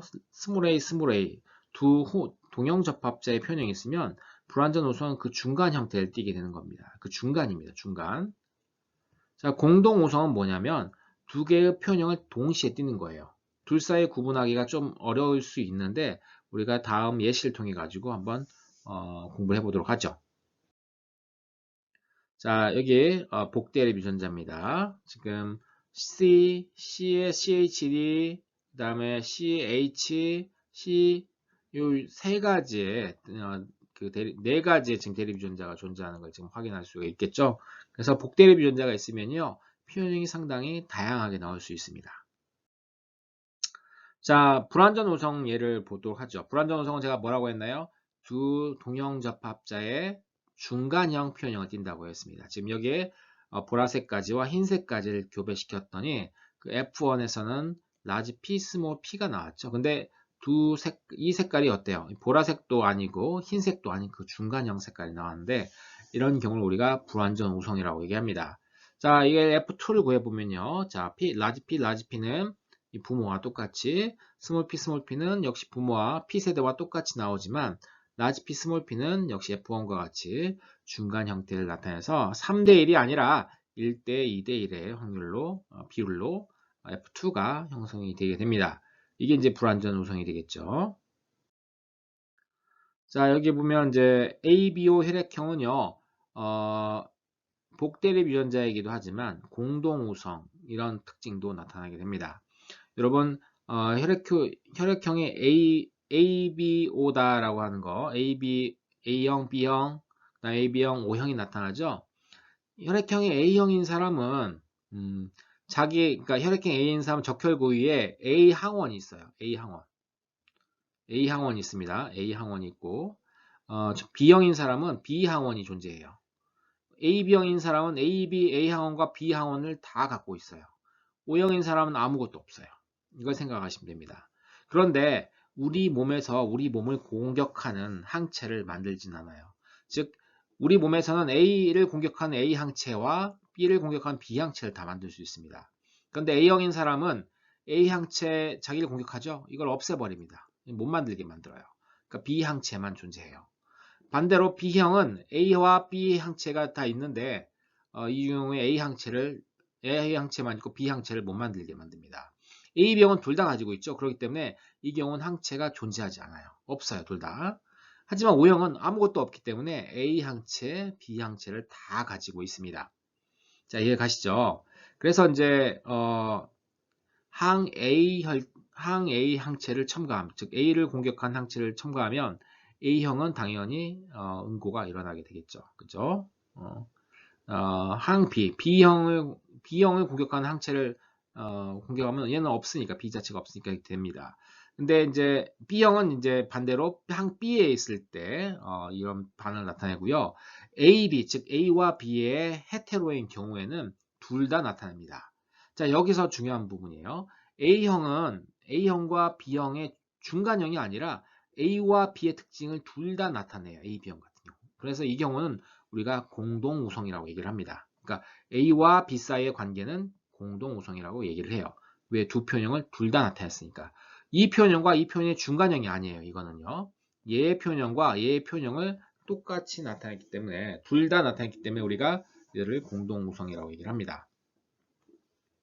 자, 이런 패턴으로 해서 여러분 A형은 자기 A형이나 아니면 그 O형 혈액만 수혈을 받을 수 있습니다. 그렇죠, 여러분? B형은 자기 B형과 그 다음에 O형을 받을 수 있고요. 그 다음에 왜냐면 이제 O형은 아무것도 없기 때문에 자기 갖고 있는 항체가 공격을 하지 않아요. AB형은 자기한테밖에 줄 수 없어요. 왜냐면 둘 다 AB를 갖고 있기 때문에 A형한테 주면은 B 항체가 공격해요. B형한테 주면 A 항체가 공격해요. 그 다음에 O형한테 주면 A, B 항체 다 있으니까 A, B 항체 다 공격받아요. 그러니까 자기는 남한테 줄 수가 없고 스스로 A, B형만 받을 수가 있습니다.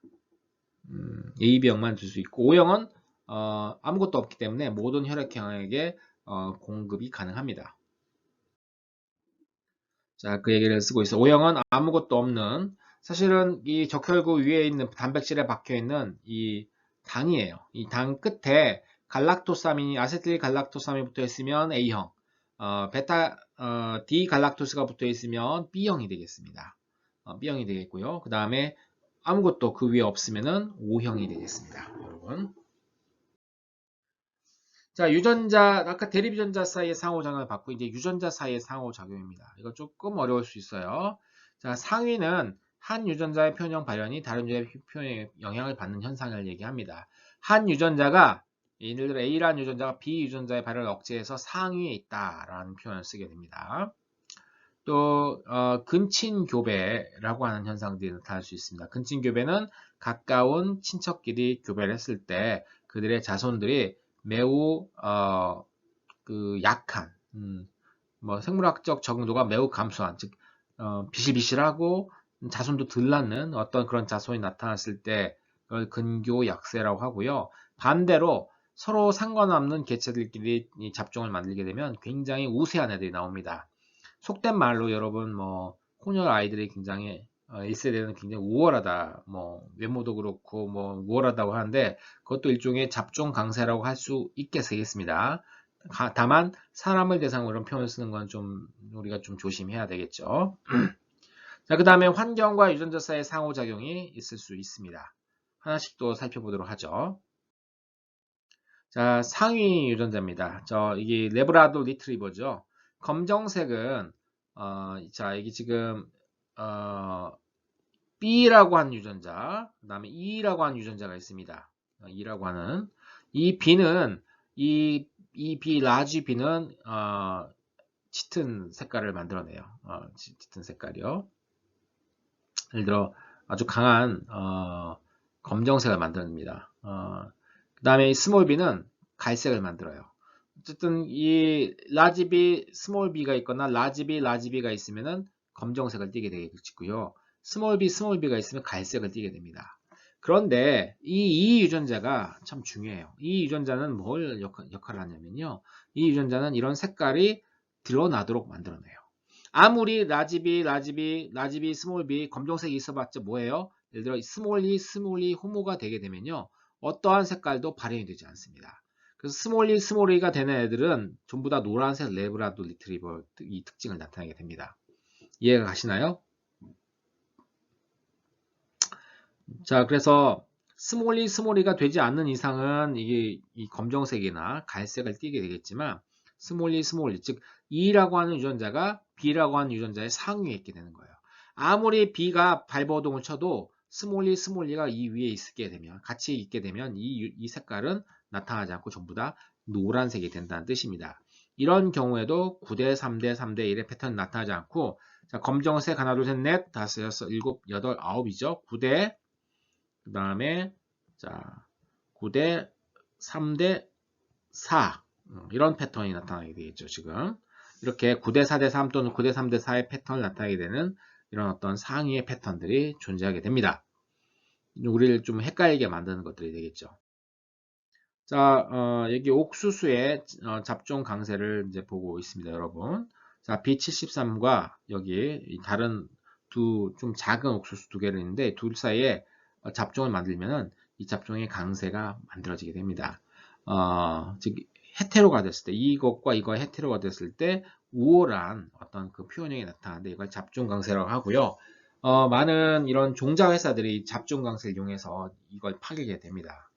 예를 들어 이제 이걸 이 둘 사이에 잡종을 만든 것들을 봐서 심으면 이렇게 나오죠. 근데 여기는 이 알갱이들은요, 각 종자들은요, 얘와 얘가 막 뒤섞여 있는 겁니다. 어떤 애들은 그 잡종이 나타날 수 있겠지만 어떤 애들은 얘가 나타나고 어떤 애는 얘가 나타나기 때문에 종자 회사들은 다음에도 내년에도 이런 표현이 얻고 싶으면 너희들 우리 종자 사라고 얘기를 합니다.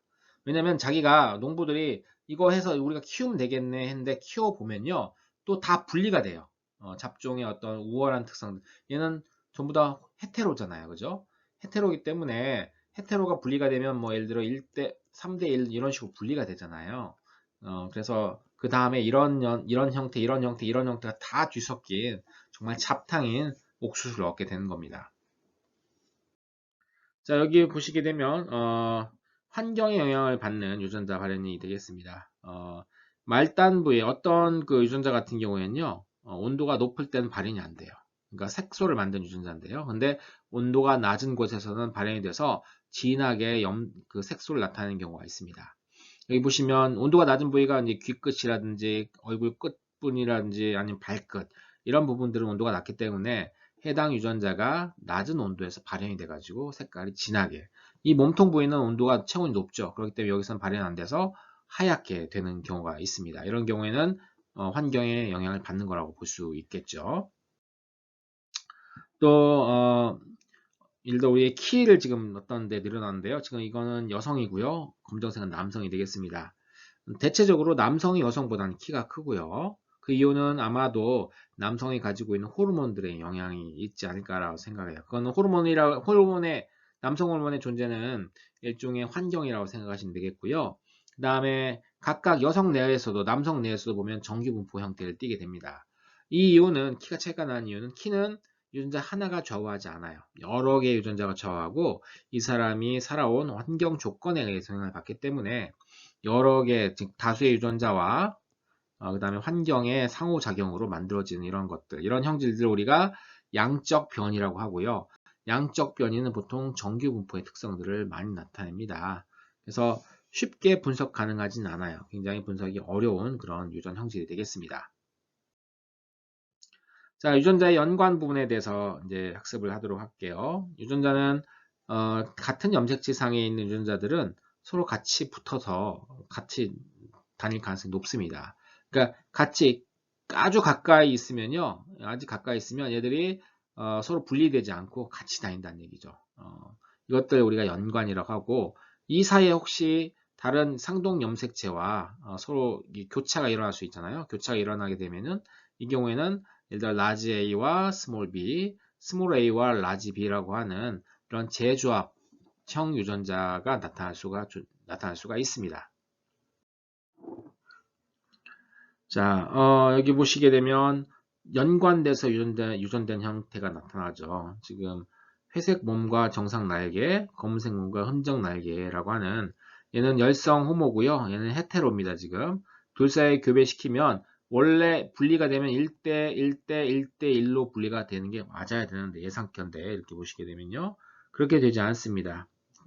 요게 가장 많고, 요거랑 요거가 많고요. 그 다음에 얘는 굉장히 적은 수로 나와요.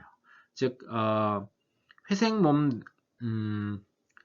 이게 라지 B, 라지 VG와 스몰 b, 스몰 VG가 같이 움직여 다닌다는 걸 우리가 짐작할 수 있고요. 가끔 교차가 일어나서 일부 소수가 서로 이제 여기 라지 B, 스몰 VG, 스몰 b, 라지 VG의 어떤 이 배우자를 만들어낸다는 걸 알 수가 있습니다. 자, 교차는 이렇게 일어나게 되는 거죠. 지금 보시는 바와 같이 교차가 일어나서 지금 제가 설명을 해드린 그 내용들이 여기에 이제 그림으로 표시되어 있습니다. 자, 이 교차를 이용하게 되면요, 유전자 사이의 거리를 대략 측정할 수 있습니다. 그러니까 얼마나 이 감수 이분열을 통해서 나온 이 배우자들, 어떤 배우자들이 나왔는지 비율을 알게 되면요, 즉 재조합된 이 가운데 두 개가 지금 재조합된 배우자가 되겠죠. 이런 유전자 재조합 비율, 유전자 재조합 빈도라고 우리가 얘기를 합니다. 이 재조합 빈도를 이용해 가지고 유전자 사이 거리를 구할 수 있어요. 예를 들어 두 유전자 사이가 거리가 멀면 교차가 많이 일어납니다. 더 짧아지면 교차가 일어날 가능성이 점점 줄어들게 되겠죠. 아주 짧으면 교차가 없을 수도 있습니다. 그래서 이런 재조합 빈도를 이용해서, 즉 교차가 얼마나 많이 일어나는지를 우리가 이용해 가지고 유전자와 유전자 사이의 거리를 구하고 그걸 염색체 위에 얘들의 상대적인 거리로 이 유전자들을 나타낼 수 있는데, 이거를 우리가 유전자 지도라고 얘기를 합니다. 자, 여기 보시게 되면 하나의 예시가 나와 있습니다. 이 B와 라지 B와 VG, 스몰 B와 VG가 있는데 이것과 역시 열성 호모끼리 교배를 시켜줍니다. 그래야만 여기서 표현을 가지고 얘가 헤테로가 만들어내는 염색체 사이에 교차를 추정할 수 있죠. 그랬을 때, 자, 이 형태와 지금 여기 왼쪽 두 개의 형태는 원래의 형태입니다. 교차가 일어나지 않았을 때, 즉, 여기 야생형 944 대 965가 나왔죠. 오른쪽 두 가지 형태는 교차가 일어난 상태입니다. 유전자 재조합이 일어난 상태고 206 대 185입니다. 전체 2300개 체에서 재조합된 206과 185를 더한 391개가 나왔기 때문에 얘를 나눠주게 되면 0.17이 되게 되겠죠. 그래서 B와 VG 사이의 거리는 17이라고 우리가 얘기할 수 있습니다. 얘를 퍼센트로 나타내는 17 정도의 거리로 떨어져 있다라고 얘기를 할 수 있습니다. 네, 몇 가지 용어를 정리하도록 하겠습니다. 먼저 상호교배는요, 교배 실험 시 암수를 바꿔서 하는 걸 얘기합니다. 멘델은요, 수컷의 동그란 형질과 동공콩과 암컷의 주름진콩 실험을 해서 결과를 얻고요. 또 반대로 수컷의 주름진콩과 암컷의 동공콩 실험을 이렇게 했습니다. 성을 바꿔가지고 형질을 이렇게 해서 똑같은 결과를 얻었을 때 비로소 이제 결과를 얻었고요. 그래서 이제 그거를 발표하게 된 겁니다. 굉장히 철저한 사람이죠. 하지만 이 상호교배 실험을 통해서 결과가 달라지게 되면요. 이거는 성염색체가 관여한 걸 우리가 알 수가 있습니다. 그래서 성염색체 위에 있는 성염색체는 연관 연구에서 매우 중요합니다. 왜냐하면 XX, XY가 되잖아요. 특히나 이제 이 XY 같은 경우는 X가 하나밖에 없기 때문에 연관되어 있습니다. X가 모두 연관되어 있어서 연구하기에 매우 적합한 주제라고 볼 수가 있습니다. 자, 사람에서 성염색체 이상은 터너, 클라인펠터 이런 것들이 있죠. 동물의 성 결정 기작에는 벌 같은 경우에는 여기서 정정해 주세요. 암컷은 2배체, 수컷은 반수체가 됩니다. 초파리에서는 상염색체 세트가 있으면 거기에 X염색체 비율이 1 이상이면 암컷, 0.5면 수컷이 되는 그런 특징이 되어 있습니다. 전체 뭐 2n 이꼴 예를 들어 이제 2n 이꼴 8개인 중에 이 8이잖아요. 염색체 수가요. 그 중에 이제 여기 8 중에 XX가 돼 있으면은 얘는 전체 염색체 2n 세트에서 1이죠. 2n에 2개 있으니까 얘들 같은 경우는 1이 되니까 암컷이 되겠고요. 자, 2n 세트에서 2n에 8인데 XY가 되면 X가 하나밖에 없어요. 그런 경우에는 수컷이 됩니다. Y가 사실은 없어도 초파리에서는 Y가 없고 X 하나, 즉 터너 증후군과 같이 되어도 수컷이 됩니다, 여러분. 그렇기 때문에요. Y는 전혀 중요하지 않아요, 초파리에서요. 자, 조류는 포유류와 달리 수컷이 GG, 암컷이 WG이고요. 포유류는 XY, XX가 됩니다. 여러분 너무 잘 아시죠? 자, 반성유전은 성염색체에 의해 유전이 일어나는 현상을 반성유전이라고 얘기를 합니다. 그래서 성염색체상에 있는 것들, 예를 들어 이제 X염색체상에 야생형, 눈 색깔을 결정하는데 이제 야생형은 빨간색, 그 다음에 돌연변이형은 흰색입니다. 그래서 이제 암수를 교배시키는 빨간색 눈의 암컷과 흰 눈의 수컷을 교배했을 때 나온 결과가 여기 있어요. 그죠? 이때는 이제 예를 들어 이제 암컷 같은 경우에는 전부 다 빨간 눈이 나타났고요. 수컷 같은 경우에도 전부 다 빨간 눈이 나타났어요. 근데 암수를 바꿔서 해보아요. 암컷이 흰색, 수컷이 빨간색이다라고 하면 자, 암컷 같은 경우는 전부 다 빨간색이 나왔지만 수컷은 전부 다 흰색이 나왔습니다. 이걸 보고 이 유전자가 X 염색체상에 있다라고 추리를 한 거죠. 그래서 그걸 추적해가지고 이 반성 유전 연구합니다. 사실 반성 유전 성염색체에 있는 유전 현상이지만 사람 같은 경우에는 X 유전자에 거의 대부분 유전자가 굉장히 많고요. Y 유전자는 유전자가 거의 없기 때문에 대부분 우리가 사람에 대한 반성 유전이라 하면 X 염색체상에 있는 유전이라고 보통 얘기를 합니다. 자, 사람에서는 이제 정록생명이 반성 유전의 대표적인 예가 되겠죠. 그래서 반성 유전이니까 주로 여성보다 남성에서 많이 나타납니다. 이 X 위에 있기 때문에요. 여성은 호모가 돼야 돼만 그 표현형이 나타나기 때문에 잘 드물어요. 드물죠. 근데 하지만 남성은 엄마가 보인자고 되게 되면요, 나타날 가능성이 굉장히 높아지게 됩니다. 그렇죠? 자, 세포질 유전이 있습니다. 세포질 유전은 미토콘드리아나 색소체 여기서 엽록체 등을 얘기를 합니다. 여기 미토콘드리아나 엽록체들은요, 자기의 유전자를 가지고 있어요. 여러분 아시겠지만. 그래서 이제 예를 들어 지금 분꽃의 이파리 색깔 같은 경우가 바로 이제 이 엽록체에 있는 유전자에 의해서 결정이 됩니다. 잎 색깔이 흰색인 암컷과 수컷인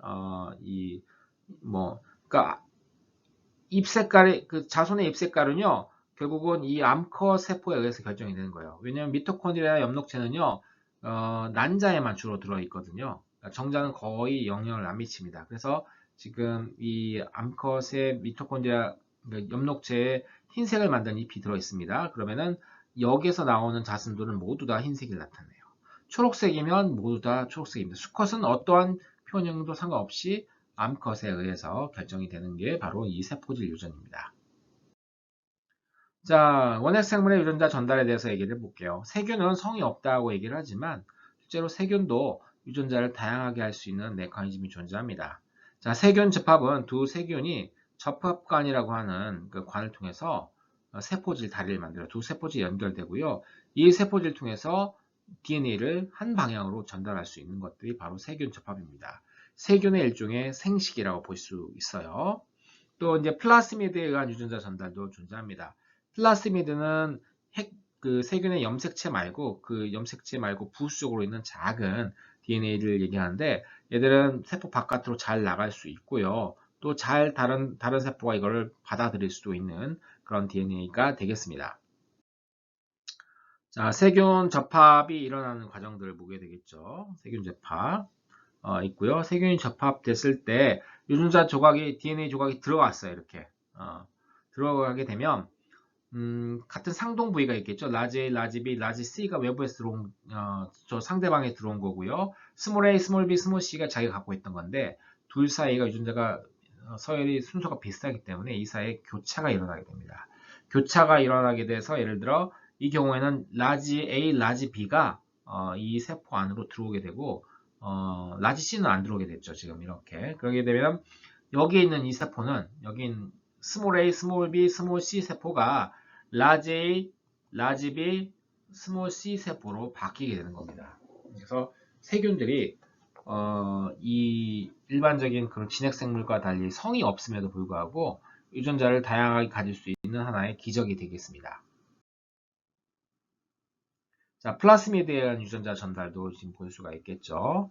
여기 지금 항생제 저항성, 내성을 가지고 있는 예를 들어 플라스미드가 있으면은 예를 들어 접합관을 통해 가지고 직접 전달해 줄 수도 있고 밖을 통해서 전달해 줄 수 있습니다. 어쨌든 이 세포는 자기가 갖고 있지 않던 유전자를 새롭게 가질 수가 있습니다. 그래서 세포가 환경에 적응하는 데 많은 도움을 줄 수가 있어요. 자, 마지막입니다. 여러분, 세포 주기와 세포 분열에 대해서 우리가 11장에서 공부했고요. 그 다음에 멘델의 유전 법칙도 해가지고 거기서 벗어나는 여러 가지 현상들, 마지막엔 세균의 접합까지 12장에서 우리가 다뤄 보았습니다. 여러분, 긴 수업 감사합니다.